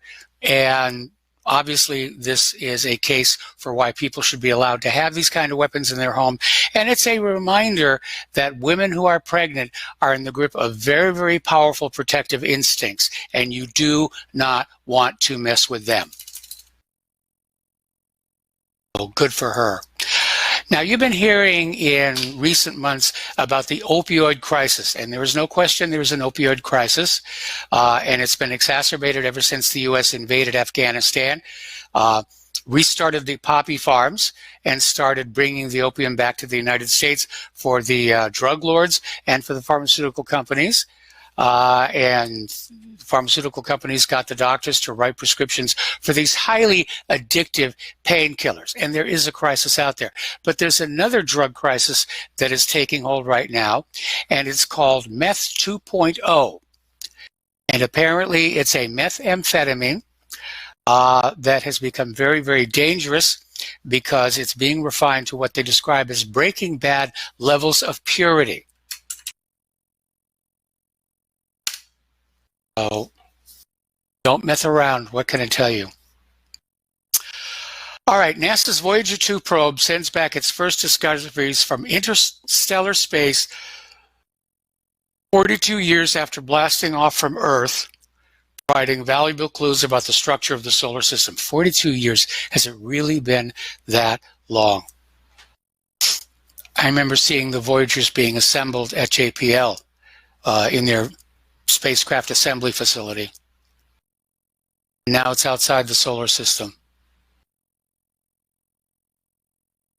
And Apparently, Voyager 2 has detected a jump in the density of plasma, which is charged particles in gas, found around the probe, and evidence of the probe making its way from home to hot, lower density plasma characteristic of the solar wind, to the cold, higher density plasma of interstellar space. Saw the same thing with Voyager 1 as well. So, the human race are now interstellar travelers. I think that's very cool. Send more Chuck Berry. Old joke. All right, over in the Philippines, they have now had 3 major quakes in Mindanao, killing 17, injuring hundreds, and displacing over 140,000 people. And Philippine seismologists are saying this may not be over, that major quakes will continue to jolt the southern Philippines through at least the Christmas season. Saying this is obviously an earthquake swarm and it could last for months. Big fear is that there is a larger quake yet to come. Now, the Philippines' deadliest quake occurred in 1976 in Mindanao, a 7.9 Richter scale trembler that caused a tsunami that killed 8,000 across the 700-kilometer stretch of Mindanao. Another article about earthquakes, this one from Investment Watch blog, talking about how seismic activity in the United States seems to be accelerating. And during the last 7 days, there's been an earthquake swarm directly along the New Madrid fault zone, Kansas and Oklahoma. And they're being hit with an unusual number of significant quakes. Now, the New Madrid fault zone, let me get my bearings again, basically is over that away. Concern because of the increasing seismicity around the Yellowstone supervolcano, which if that blows, we will definitely get some of the ash and effect here in Indiana. So they're asking, is all this seismic activity leading up to something big? Well, sooner or later, you're going to get something big. I remember when Claire and I went through the Northridge quake, we thought that was the big one. And as it turned out, it wasn't. But it was big enough. We lost about half of everything that we had in that one. Okay, let's go to the phones here. David in Northwest Arkansas, aloha. Welcome to the show. What's on your mind? Aloha to you there, Mike. You're talking about the New Madrid fault there, and I just figured I'd jump in here because that's pretty close to where we are. We're not too far away from that, from where you're at, and I'm not too far away from that. That's in Northwest Arkansas, southern Missouri, western Tennessee. And when that went the last time, oh my goodness, it was a big event. It had the Mississippi River flowing backwards. It was so big. It was probably the biggest quake that we've had in the continental United States, bigger than the stuff out in California. And the cycle that we're on, we're way overdue for the big one. Well, we definitely are. The reason it didn't create the impact in history that other quakes did was at the time the big one hit the New Madrid fault. It was a very sparsely settled area. I think there was a total of like 3 communities got wiped out. As you say, the Mississippi River flowed backward. But other than that, there just wasn't anything for it to knock down. Today, of course, it's very, very different. I wouldn't say the area is highly populated, at least where we are, but definitely. And just because you live in the middle of the country doesn't mean you shouldn't be prepared to deal with an earthquake. You won't get them as large and as often as you do out in California. But again, having some stored water and storable food, the basic supplies, battery-operated radio, spare batteries, and so forth, just makes sense. No, absolutely it does. You know, we have to be prepared for that kind of stuff. And I lived out in California just after the Northridge quake. I didn't get to witness the main event, but aftershocks, we were definitely feeling that. And Yeah. while we were in southwest Tennessee, there was some activity on the New Madrid Fault that was felt there. And I felt enough earthquakes that, it gets your attention, though, because you're used to the ground being solid underneath your feet.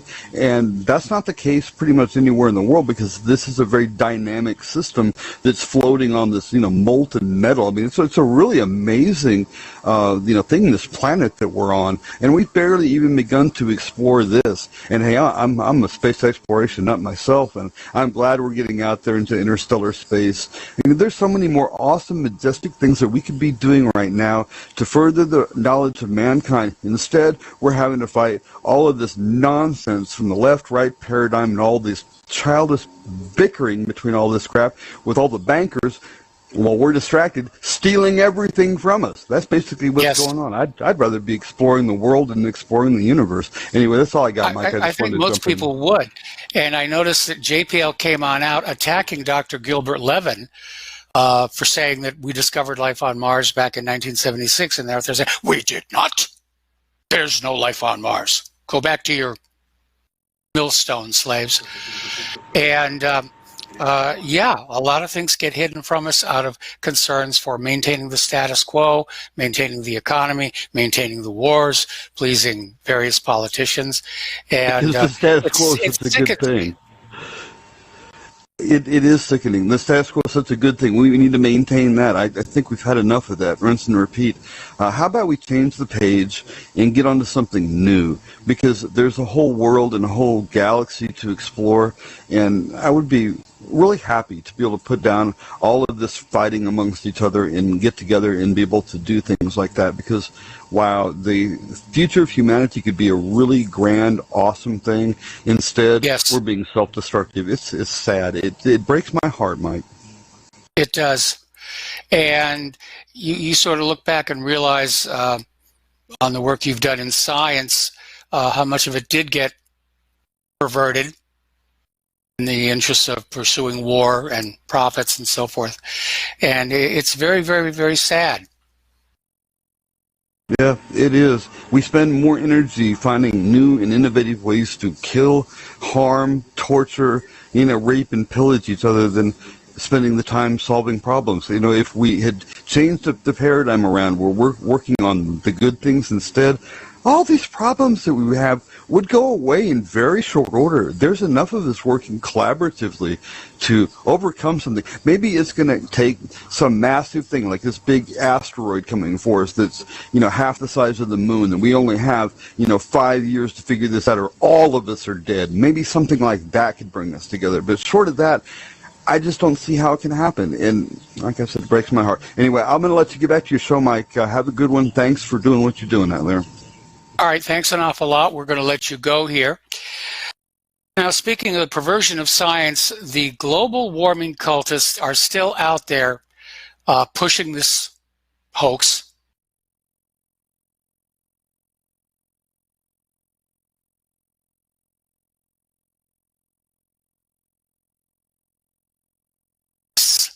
That humans are warming the planet. Oh. No, I'm not. Okay. It's a Monday. What can I tell you? So they're still out there pushing this 97% consensus, even though that's now been discredited completely. But again, they're not interested in the truth. They really aren't. They're interested in what they can sell you. They're interested in what you can be convinced to buy into, what you can be convinced to believe in, so that they can extract money and control from you. That's it. If they thought they could convince you that Bigfoot was about to come out of the forest and eat us all unless we turned our money over to the government, that's what they'd be pushing. Okay, we got to take a break here for commercials. Join us on the air, 800-313-9443, and we'll be right back. Aloha, America. Welcome back to our show. We're going to go back to the phones to Terry in California. Aloha, Terry. Welcome to the show. What's on your mind? Mark, is this the U.S. stealing oil out of Syria for the U.S., or are they stealing out of Syria for Israel? Could be either one. They could just be stealing it out of Syria and selling it to anybody who'll buy it. Well, the reason I asked is, Trump was going to pull out, and then Netanyahu said, not so fast, you need to protect certain areas. And so I thought that was probably the oil fields. And, Israel's got a history of stealing oil out of Syria anyway from the Golan Heights. And, they're doing it every day. They're stealing oil and water. And there's people that think now that the attack on the USS Liberty was to keep the intelligence ship from finding out that Israel went in and took the Golan Heights after the war was over. In '67, they said the war was over, and then they kind of pretended like they took it during the war, but they took it after the war, and they wanted to cover that up, so they attacked the Liberty, and because they knew that the Liberty would be a witness to them taking it. Is that the way you understood it?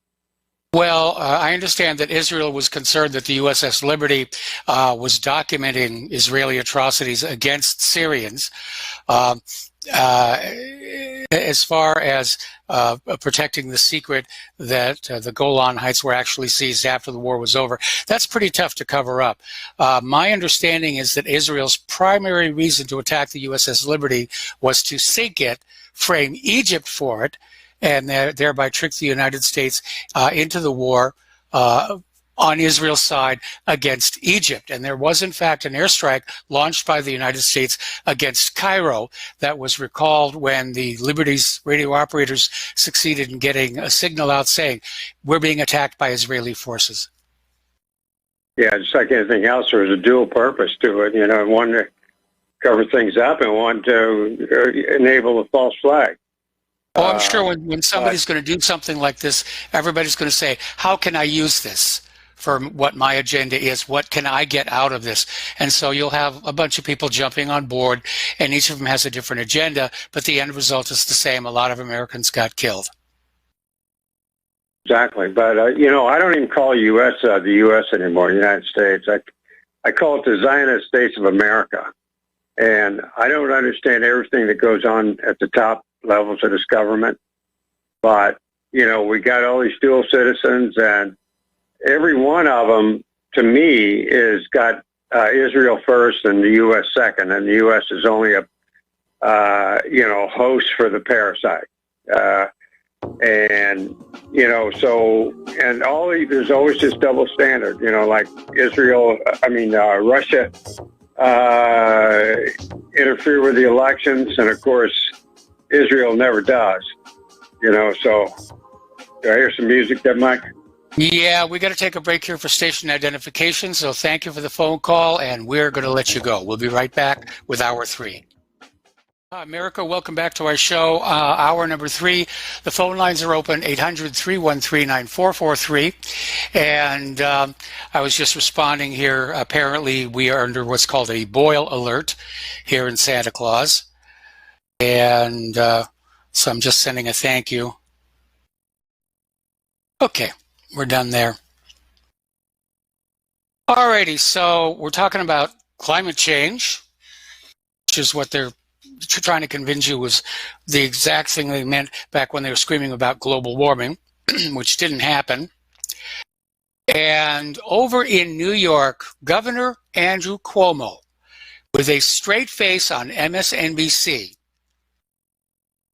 said that they never had hurricanes on planet Earth before climate change. Well, technically, I guess you could say he's correct if you go back about 3 billion years, but that's not what he's saying. He's out there saying that human-caused climate change is why all of a sudden we're getting hurricanes and tornadoes and just ignoring centuries of recorded history. All right, yeah. And here's some more recorded history nobody wants to talk about. There has been no warming for the past 18 years. It's been getting gradually cooler and cooler and cooler, and it's going to do the same again this year. Right now, down in Australia, even though this is their springtime, They're having record cold down there. 100-plus year cold records are being broken down in Australia.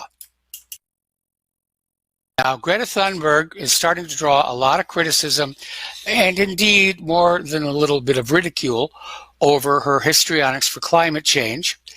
And now Greta Thunberg is demanding Facebook silence her opponents. Greta wants Facebook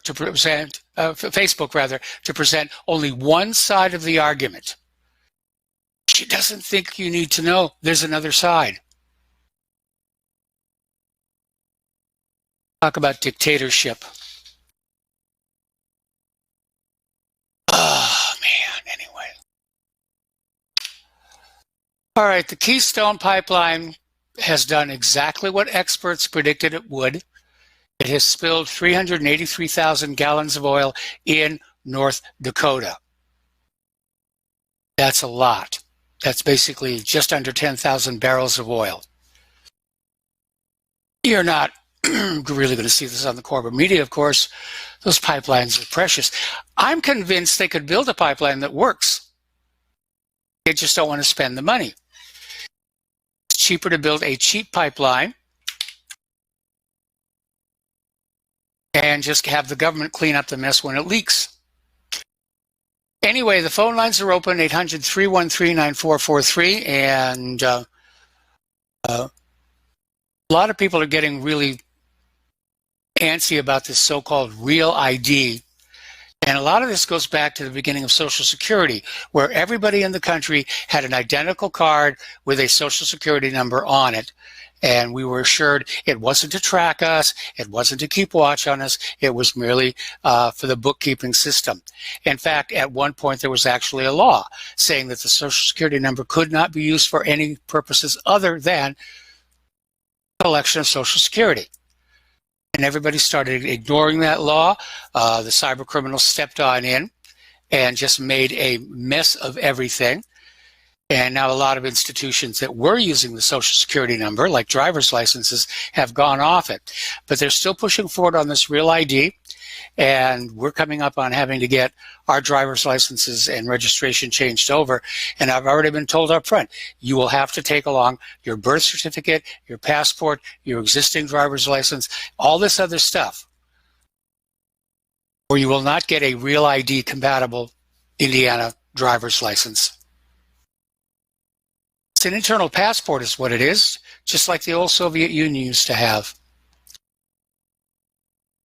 Alrighty, Mozilla is asking Congress to investigate ISP's data collection practices. Everybody's collecting data because that data has become a very, very valuable commodity. And Mozilla is just the latest in a burgeoning debate over DNS over HTTPS, with Mozilla deciding to encrypt its users' browsing data by default, and Google's Chrome soon enabling DOH by default if possible for a particular user. Now, we used to have something in this country called the Fourth Amendment, a respect for the right of privacy, and that's just gone away. We've seen several people in government just come forward and say, no, in this day and age, you have no right to privacy. You should have no expectation of privacy. The instant you pick up that cell phone or that tablet, it's all over. Privacy is gone. And from a technological point of view, they are correct. From a moral point of view, I don't think so.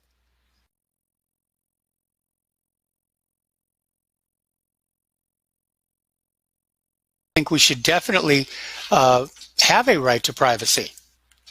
We all have windows on our house. Doesn't mean people are welcome to just peek through the blinds, see what we're doing. More fallout from California. DirecTV and Comcast are being investigated by the Colorado Attorney General, Phil Weiser, who objects to the TV providers continuing to charge regional sports network scores despite not providing one of the major regional sports networks. Comcast is giving customers partial bill credits. DirecTV apparently is taking the attitude of, eh. Okay. The Jeffrey Epstein story is still being kept alive mostly by the independent media. Corporate media wants the story to go away. They want all the victims to go away. As time goes on, more and more people are being dragged into that circle of pedophilia and abuse.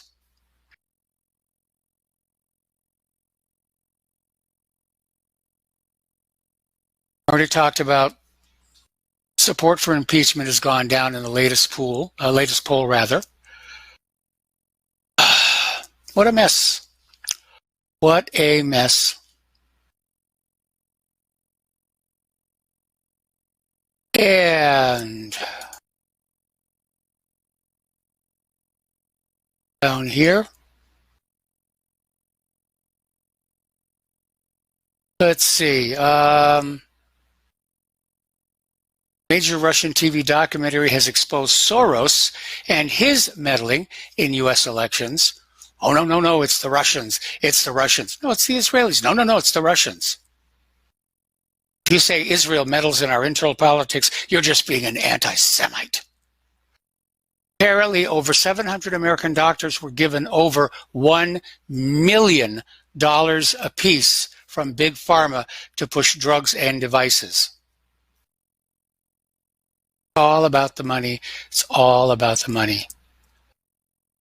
Michelle Obama is out there with this bizarre statement. So many people around the world feel like Barack Obama is their president.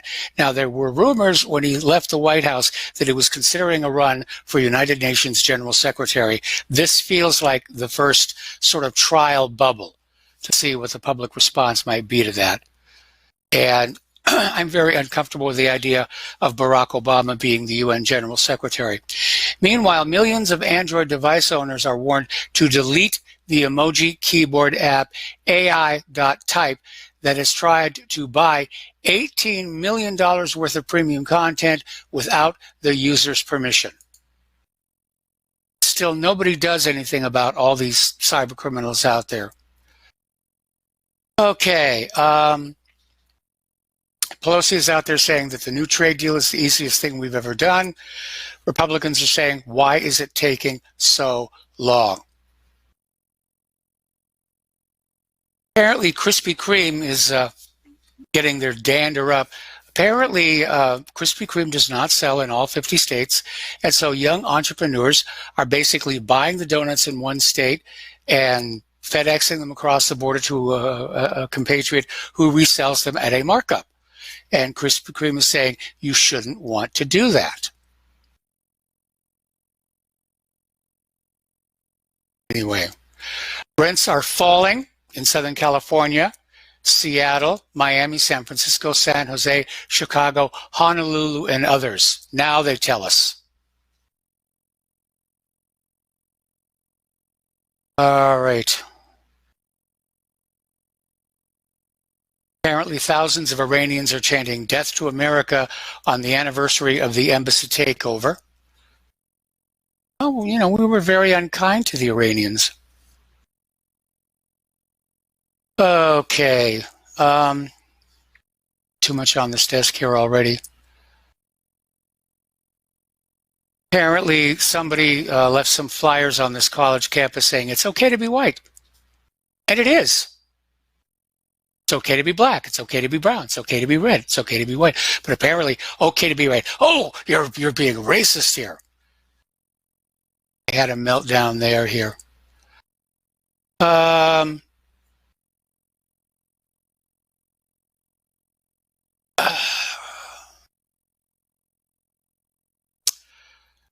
lot of people are drawing cartoons about Pelosi shifts new rules for impeachment.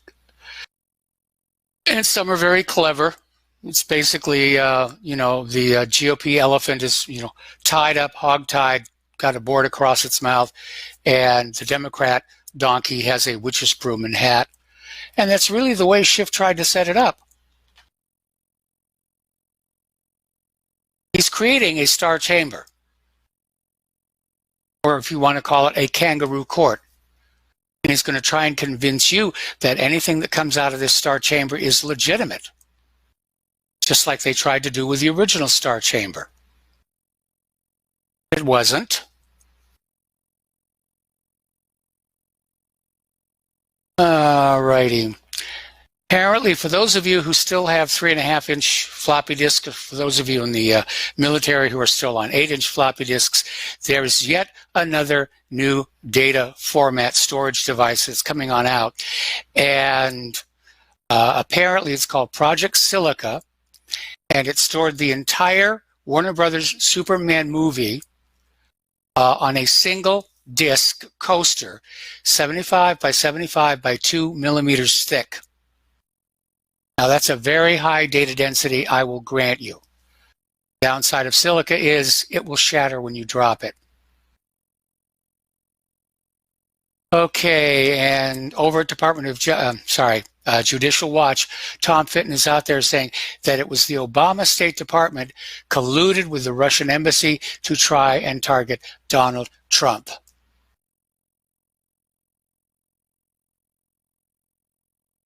Is this really about Trump, or is this one bitter old woman's revenge?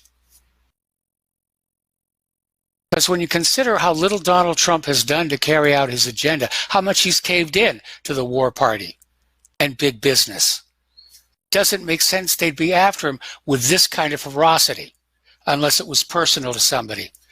And the more I think about it, the more I think that's exactly what's going on.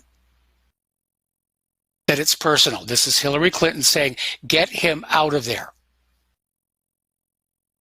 I'm sure that if Trump is removed from office somehow, impeachment, 25th Amendment, assassination, that at that point, Hillary will announce she's running next year.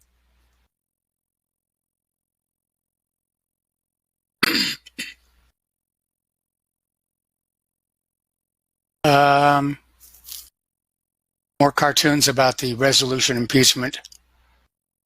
Tulsi Gabbard is out there saying, it's time to build a new Democratic Party. I sure agree with her on that one. It's time to get rid of these old fossils like Pelosi and these outright crooks like Schiff. It's time for the Democrats to go back to being the party that's anti-war, the party of the people, instead of trying to out GOP the GOP.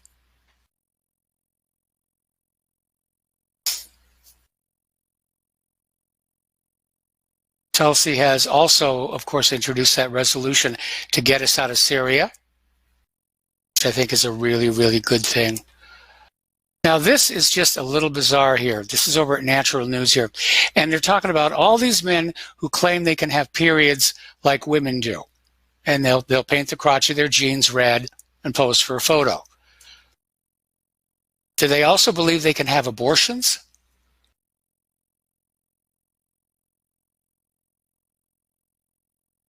Country's gone nuts. It really, really, really has. Okay, out in Hollywood, my old stomping ground, the Hollywood assistants are in open revolt campaigning to improve pay and working conditions for assistants in the industry. Yeah, now I'm not a big fan of Hollywood unions. They were the bane of my career. But on the other hand, I've seen firsthand, I've experienced firsthand how poorly the assistants are being treated. The hummus recall that we talked about on Friday has been expanded in Great Britain over fears of salmonella. And this is an interesting article. This is out of Investment Watch blog talking about how there is a direct connection between the age of central banking and the age of endless wars. They do kind of line up, don't they? They do kind of line up. Okay.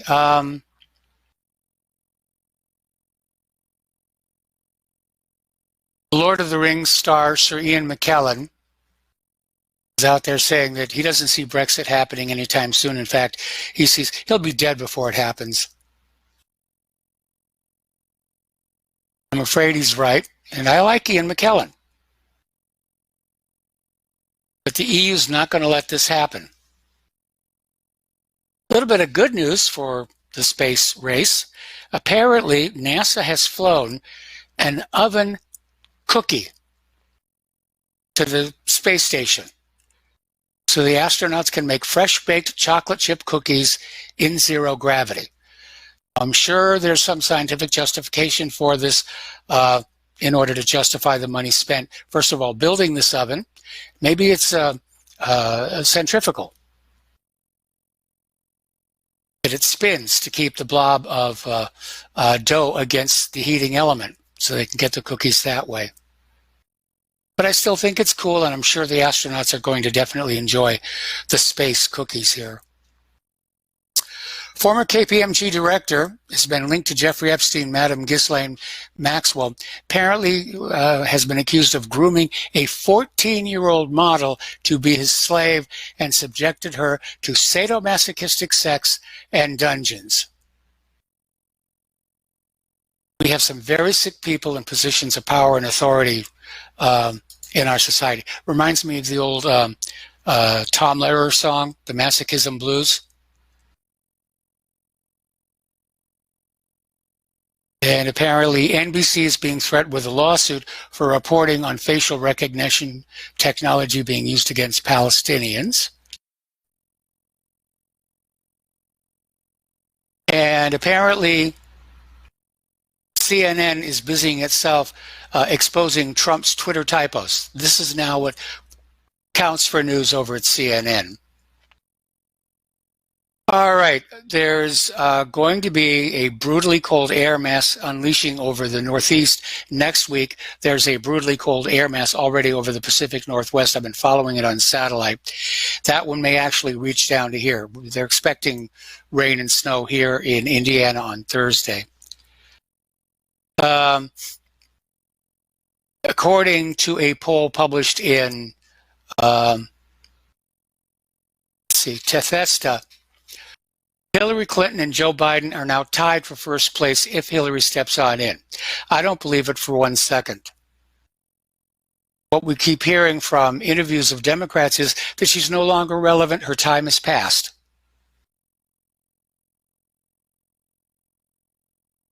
Kamala Harris is calling Buttigieg naive for thinking it's only a two-way race for the Democratic nomination. And in a way, she's right. Okay, we got to take a break for commercials. Join us on the air, 800-313-9443. We'll be right back. Aloha, America. Welcome back to our show here. And looking back at some of the economic news, apparently freight railroad traffic plunged 8% at the end of October. Now, that is significant because this is the time of year when stores are beginning to stock up on what they hope to sell during the holiday shopping season. So the fact that the rail traffic is down is saying they're not placing orders. They're not expecting it to be a great holiday season. They'll tell you it's a holiday season. They're going to whip you up into a buying frenzy, you know, for Black Friday. You're already seeing it in the commercials, the pre-Black Friday sale. And again, it's all about getting more money out of you. Okay, we're going to take a phone call from Daniel in British Columbia. Aloha, welcome to the show. What's on your mind? Aloha, Michael. I wanted to touch on someone who is calling themselves a transgender individual. And they've gotten quite famous or infamous lately. They were quite well known here in BC. This person got or tried to get an organizing party for 12-year-old girls to have a topless pool party. I remember reading about that. That's pretty out there. Lately, she was, when I say she, I mean a he that calls herself a he. They go by the name of Jonathan Yaniv, and it's this Jewish individual who's known as Jessica. Okay. That's Jessica Yaniv. And she was recently outed for trying to go to the BC Human Rights Tribunal, and she lost her case because these, I don't know what the term is, I guess, esthetician, people that wax your hair. And she lost. So she's got to pay $2,000 each to about 5 different Vietnamese women that she dragged through the courts, the BC Human Rights Tribunal. Ricky Gervais, I don't know if you know who he is. He's a comedian. Yes. He was just sort of ostracized on Twitter for making fun of her, saying that he was going to go as her as Halloween, a costume for Halloween. Basically, this guy's been outed for being on this website and saying that things like they fantasize about going to bathroom and changing pads, which are tampons. Yes. And asking questions like, do girls ever change outside of stalls? She showed up at a little kind of, I guess it's a fashion show for little kids. Yes. And the organizer tried to kick her out. So this person is just, I don't know, they're just right out there. That just seems like, this whole issue of being able to go into bathrooms here in the city of Vancouver. They've got these big signs that were made by the city of, oh, you're inclusive now and come welcome, have fun while you're at the pool. And, it doesn't matter who you are, just enjoy the pool and use either change room. Yes. So as you can imagine, the media doesn't really talk about this. But this individual, to me, it's not indicative of all of them, but this is just a scary, slippery slope. Yes. Well, the problem I have... I don't know, I just thought I'd... No, you've hit on an important point. I'm a very much live and let live kind of guy, and if somebody wants to say I'm transgender, fine. Where they've crossed the line is where they're trying to force their way into other people's personal space and say, you will recognize that I'm actually a woman. You will not dare question when I say I'm actually a woman. And that, I think, is probably going to be very upsetting to a lot of people, regardless of how they personally feel about transgenders. It's just that intrusiveness, that idea that, they must comply. Resistance is futile. Yes, and this BC tribunal, you can find the results of it. Like, they actually published the entire document for the refusal. And there's a part where the tribunal asked her, because she went to one of these waxing people, they said, you asked her to wax your vulva. And they said, they're not going to wax your vulva because you don't have a vulva. Yes. And her answer was, yes, I'm not going to say whether I have the whole thing. I'll just say it exists. So, and I'm like you, Michael, I really don't care what people do in the privacy of their own lives. But this is, when it comes to children, I've got a 2-year-old now. Yeah. And my wife is going to school to become a teacher. And they're forcing her, my wife, to be, to not even use he and her and him and so forth. All right, well, Daniel, stay on the line. We got to take a break for commercials. Stay on the line. We're going to come right back to you after these words from our sponsor. Aloha, America. Welcome back to our show here. We're talking with Daniel in British Columbia. And Daniel, you were starting to tell us about how your wife is a teacher and how she is being basically pressured to reshape her language to avoid certain words. First day of school for becoming a teacher, she had to visit the local Indian reservation here and meet someone who was called a two-spirit. So this is like a transgender native person. And she has like practice classes, and the practice classes that she have about, one of them had 3 transgender children that were in grade 8. Like, they were non-binary, whatever that means. Yeah. And I just thought that's just scary. And one more note about this Jessica Yaniv. There's a transgender activist who is involved with the BC government here. And even they said that this Jessica Yaniv was leaning on predatory and sort of pedophilia. Mm-hmm. And coming from an actual other transgender, it's pretty hard-hitting, I think. Well, so I think we're going to start seeing more of this sort of thing.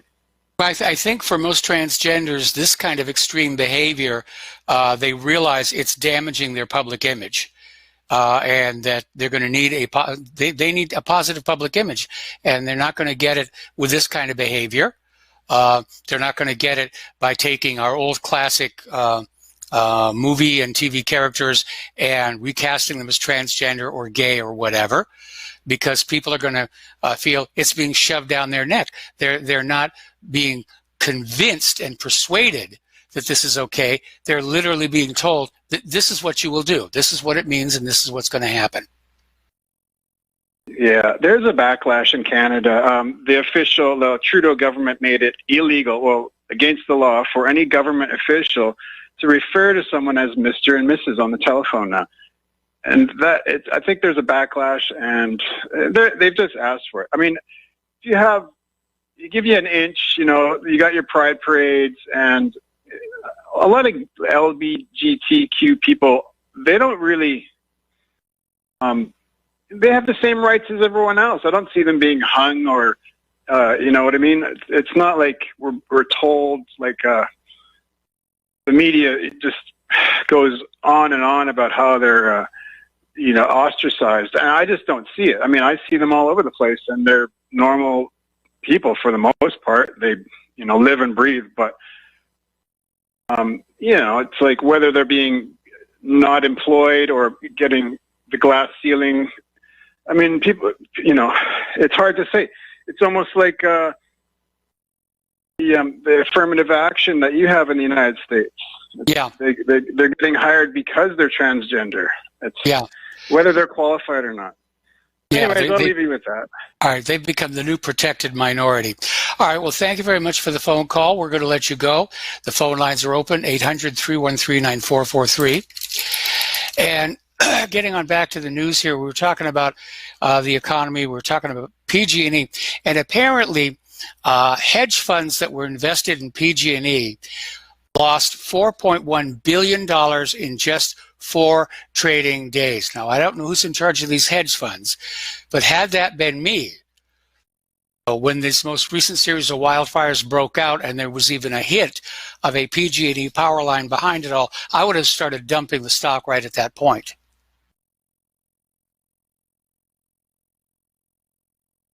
They've definitely kissed off a lot of money here. Let's see. Twitter suspends the Cleveland Browns safety Jeremiah Whitehead after he threatened to shoot fans.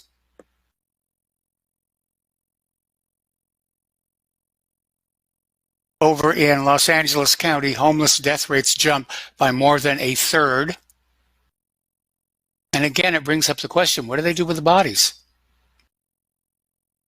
Is there a giant potter's field for all these homeless who are dying in the streets? And there's going to be a lot of them this winter. Or are they being commercially exploited? Okay. Another story out of Investment Watch blog. Impeach them all. The F-35 bipartisan boondoggle is the real crime. And yeah, it is. It's a classic case of military-industrial complex waste. Most expensive aircraft R&D, and it's produced a piece of junk. Absolutely piece of junk. So Buttigieg is still out there saying that the Democratic primary is moving toward a two-way race between him and Warren, which will probably be true until Hillary steps on in.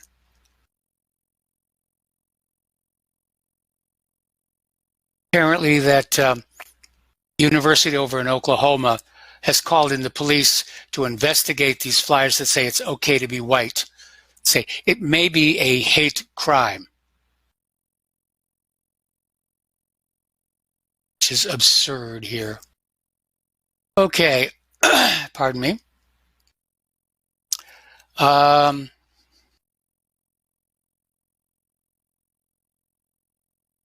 Trump's use of social media has destroyed the Dems' ability to control the narrative through the corrupt legacy media, which is why they want to limit free speech. And they're already out there trying to sell this, that this is something people want. Oh yeah, your fellow Americans, they want speech to be controlled. They want the First Amendment to go away. They would be so much happier if they didn't have to burden their mind with the truth. Oh. PolitiFact gives Nikki Haley a mostly false rating for saying the Green New Deal candidates suggested abortion as population control.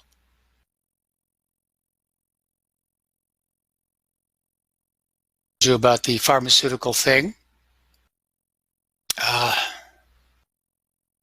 Again, Tulsi Gabbard is not doing a third-party run.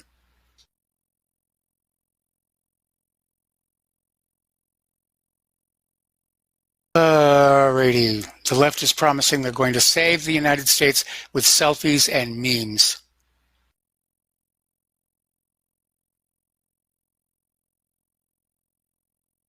We got a phone call about this last Friday. Was there another reason for the electricity shutdowns in California?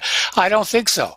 I lived in Southern California long enough to know these fires occur on a regular basis, and it's always after a prolonged period where money is diverted away from maintaining the fire break roads and spent elsewhere. And so it just builds up this huge, dry overburden that is just ready to explode. Okay.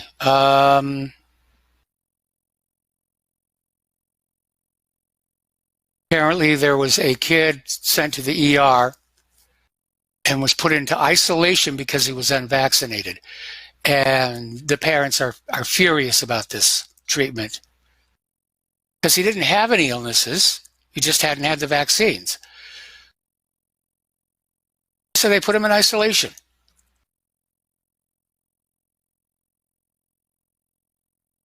It's really ridiculous. It's all about the money. It's all about the money. All right, polls are showing that this impeachment effort is actually going to help Trump in the swing states. And Nancy Pelosi is already out there saying that the Democrats' left-wing base could cost them the election. Yeah, if they go on behaving the way they've been behaving.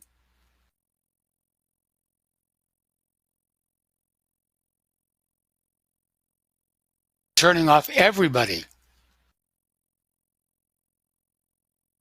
Okay.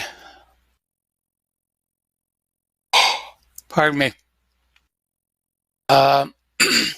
MSNBC is still out there pushing the story that Donald Trump has been laundering money for Russia for the last 30 years. No proof, no evidence, just take our word for it. We wouldn't lie to you. We're a major TV news network. Okay. Apparently, a top Senate Democrat has been arrested as Trump attorney rounds up corrupt politicians in Chicago. Well, that would be good. Apparently, an ex-Navy SEAL talking about military dogs on Fox News blurts out Epstein did not kill himself at the end of his interview. This idea that you could hang yourself on your knees, ridiculous. I think Epstein's still alive. I think he's in Israel, or he's down in the Caymans playing canasta with Ken Lay. But they're certainly maintaining his little Caribbean island paradise as if they're expecting somebody to be back in residence somewhere down the road. All righty.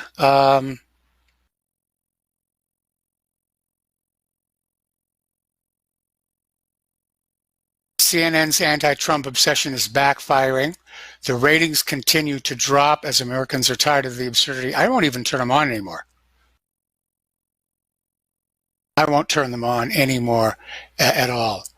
Steve Bannon is out there saying Joe Biden is the hand grenade, Hunter Biden is the pin, the shrapnel is going to blow back all over the Democratic Party. And yeah, it probably will.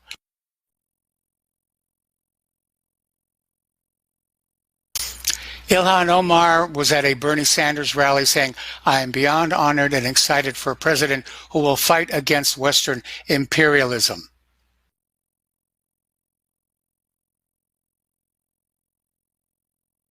Apparently, the corporate media has known who that secret whistleblower is for some time, but just didn't want you to know because he'd also been part of the Russiagate hoax. So he was a known liar.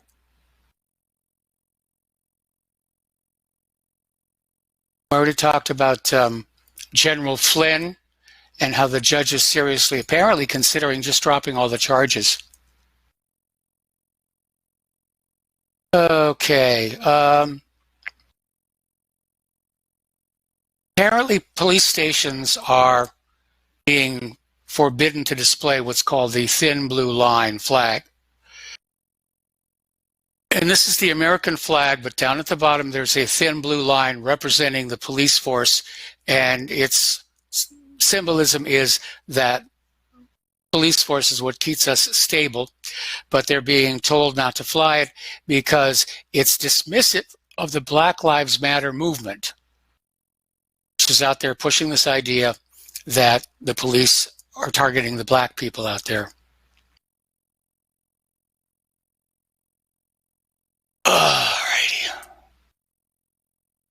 Trump has responded to the Fox News poll showing almost half the country wants him impeached, saying it's clearly false news. And I would tend to agree.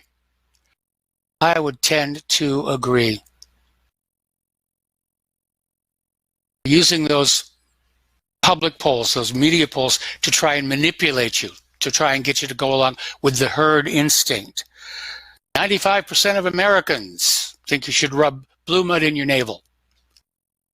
By the way, I own stock in the Blue Mud Company.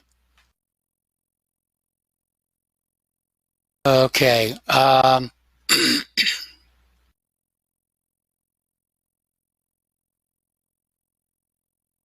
about Beto's dropping out of the presidential race. Flashback to Senator Schumer warning the newly elected Trump, if you take on the intelligence community, they have 6 ways from Sunday at getting back at you. And this seems to be what's going on now here. Okay, we talked about the meth here. Now, this is talk about a bad payment. McDonald's just fired their British CEO, Steve Easterbrook, from his $16 million a year job over him supposedly having an affair with an employee that violates company rules. This is the guy who turned around the fortunes of McDonald's in Great Britain. Oh boy, you offend those Me Tooers and you are gone, gone, gone, gone, gone. Okay, we got that. Apparently, Jared Kushner gave the Saudi prince permission to arrest Jamal Khashoggi before he was killed. And Turkey intercepted the call and used it to force Trump to leave Syria. That's the latest story there. Okay. President Clinton committed 11 crimes per the independent counsel for which he was impeached. President Trump so far has committed nothing. Everybody's screaming about what he's been doing, but he hasn't done anything that rises to the level of a high crime or misdemeanor. And the Democrats are just making themselves look foolish with this.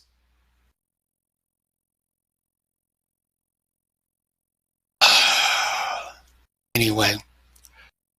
So apparently the House Democrats now claim to have 7 whistleblowers who will say really, really bad things about the President of the United States of America. All righty.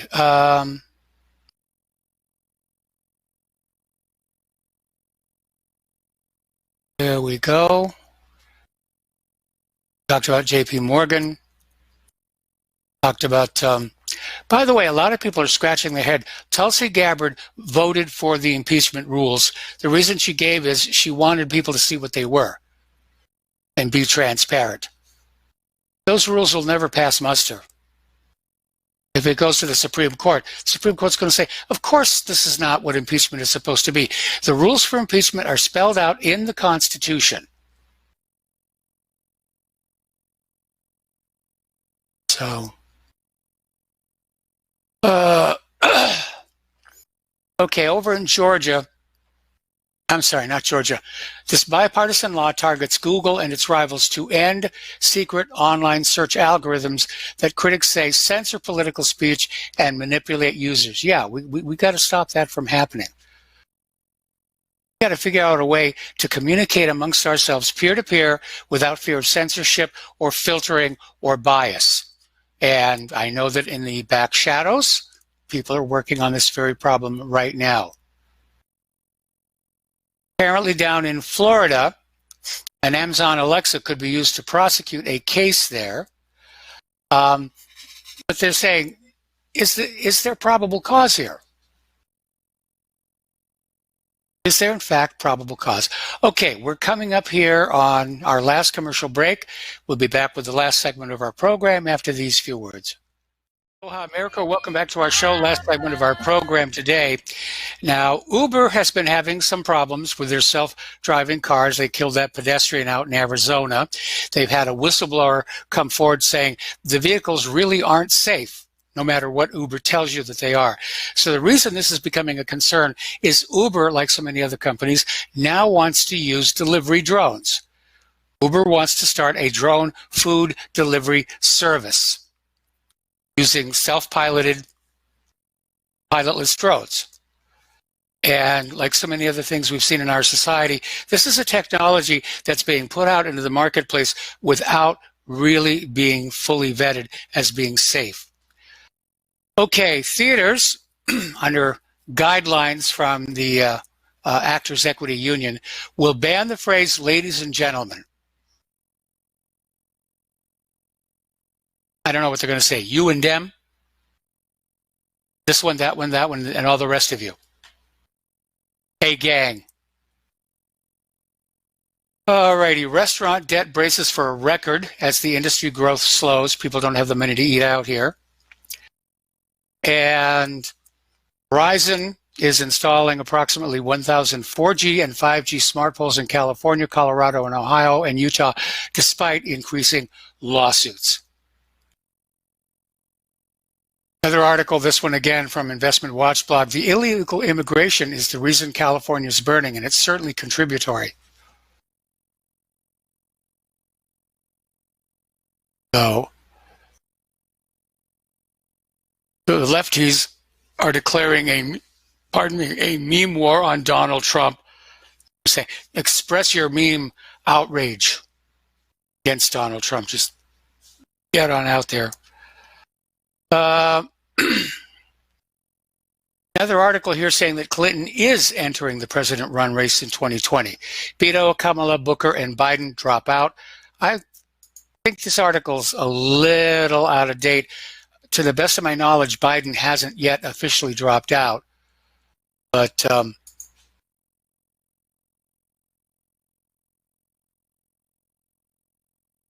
anyway.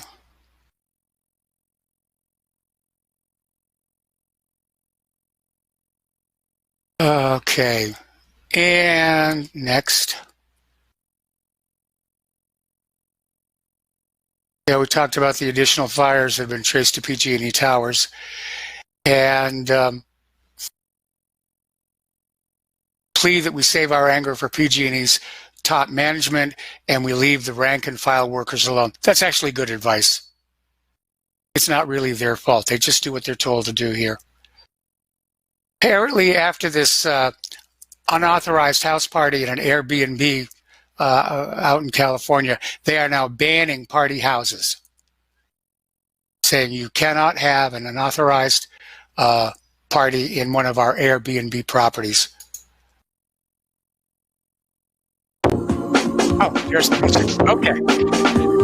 That's the end of our show, and just in time because I'm exhausted. Please stay tuned for John Stedmiller. I'm sure he's got lots of interesting things to share with you. Please spread the word of RBN. Please spread the word of whatreallyhappened.com. Please support RBN. Please support whatreallyhappened.com. And we'll be back tomorrow. Aloha, America.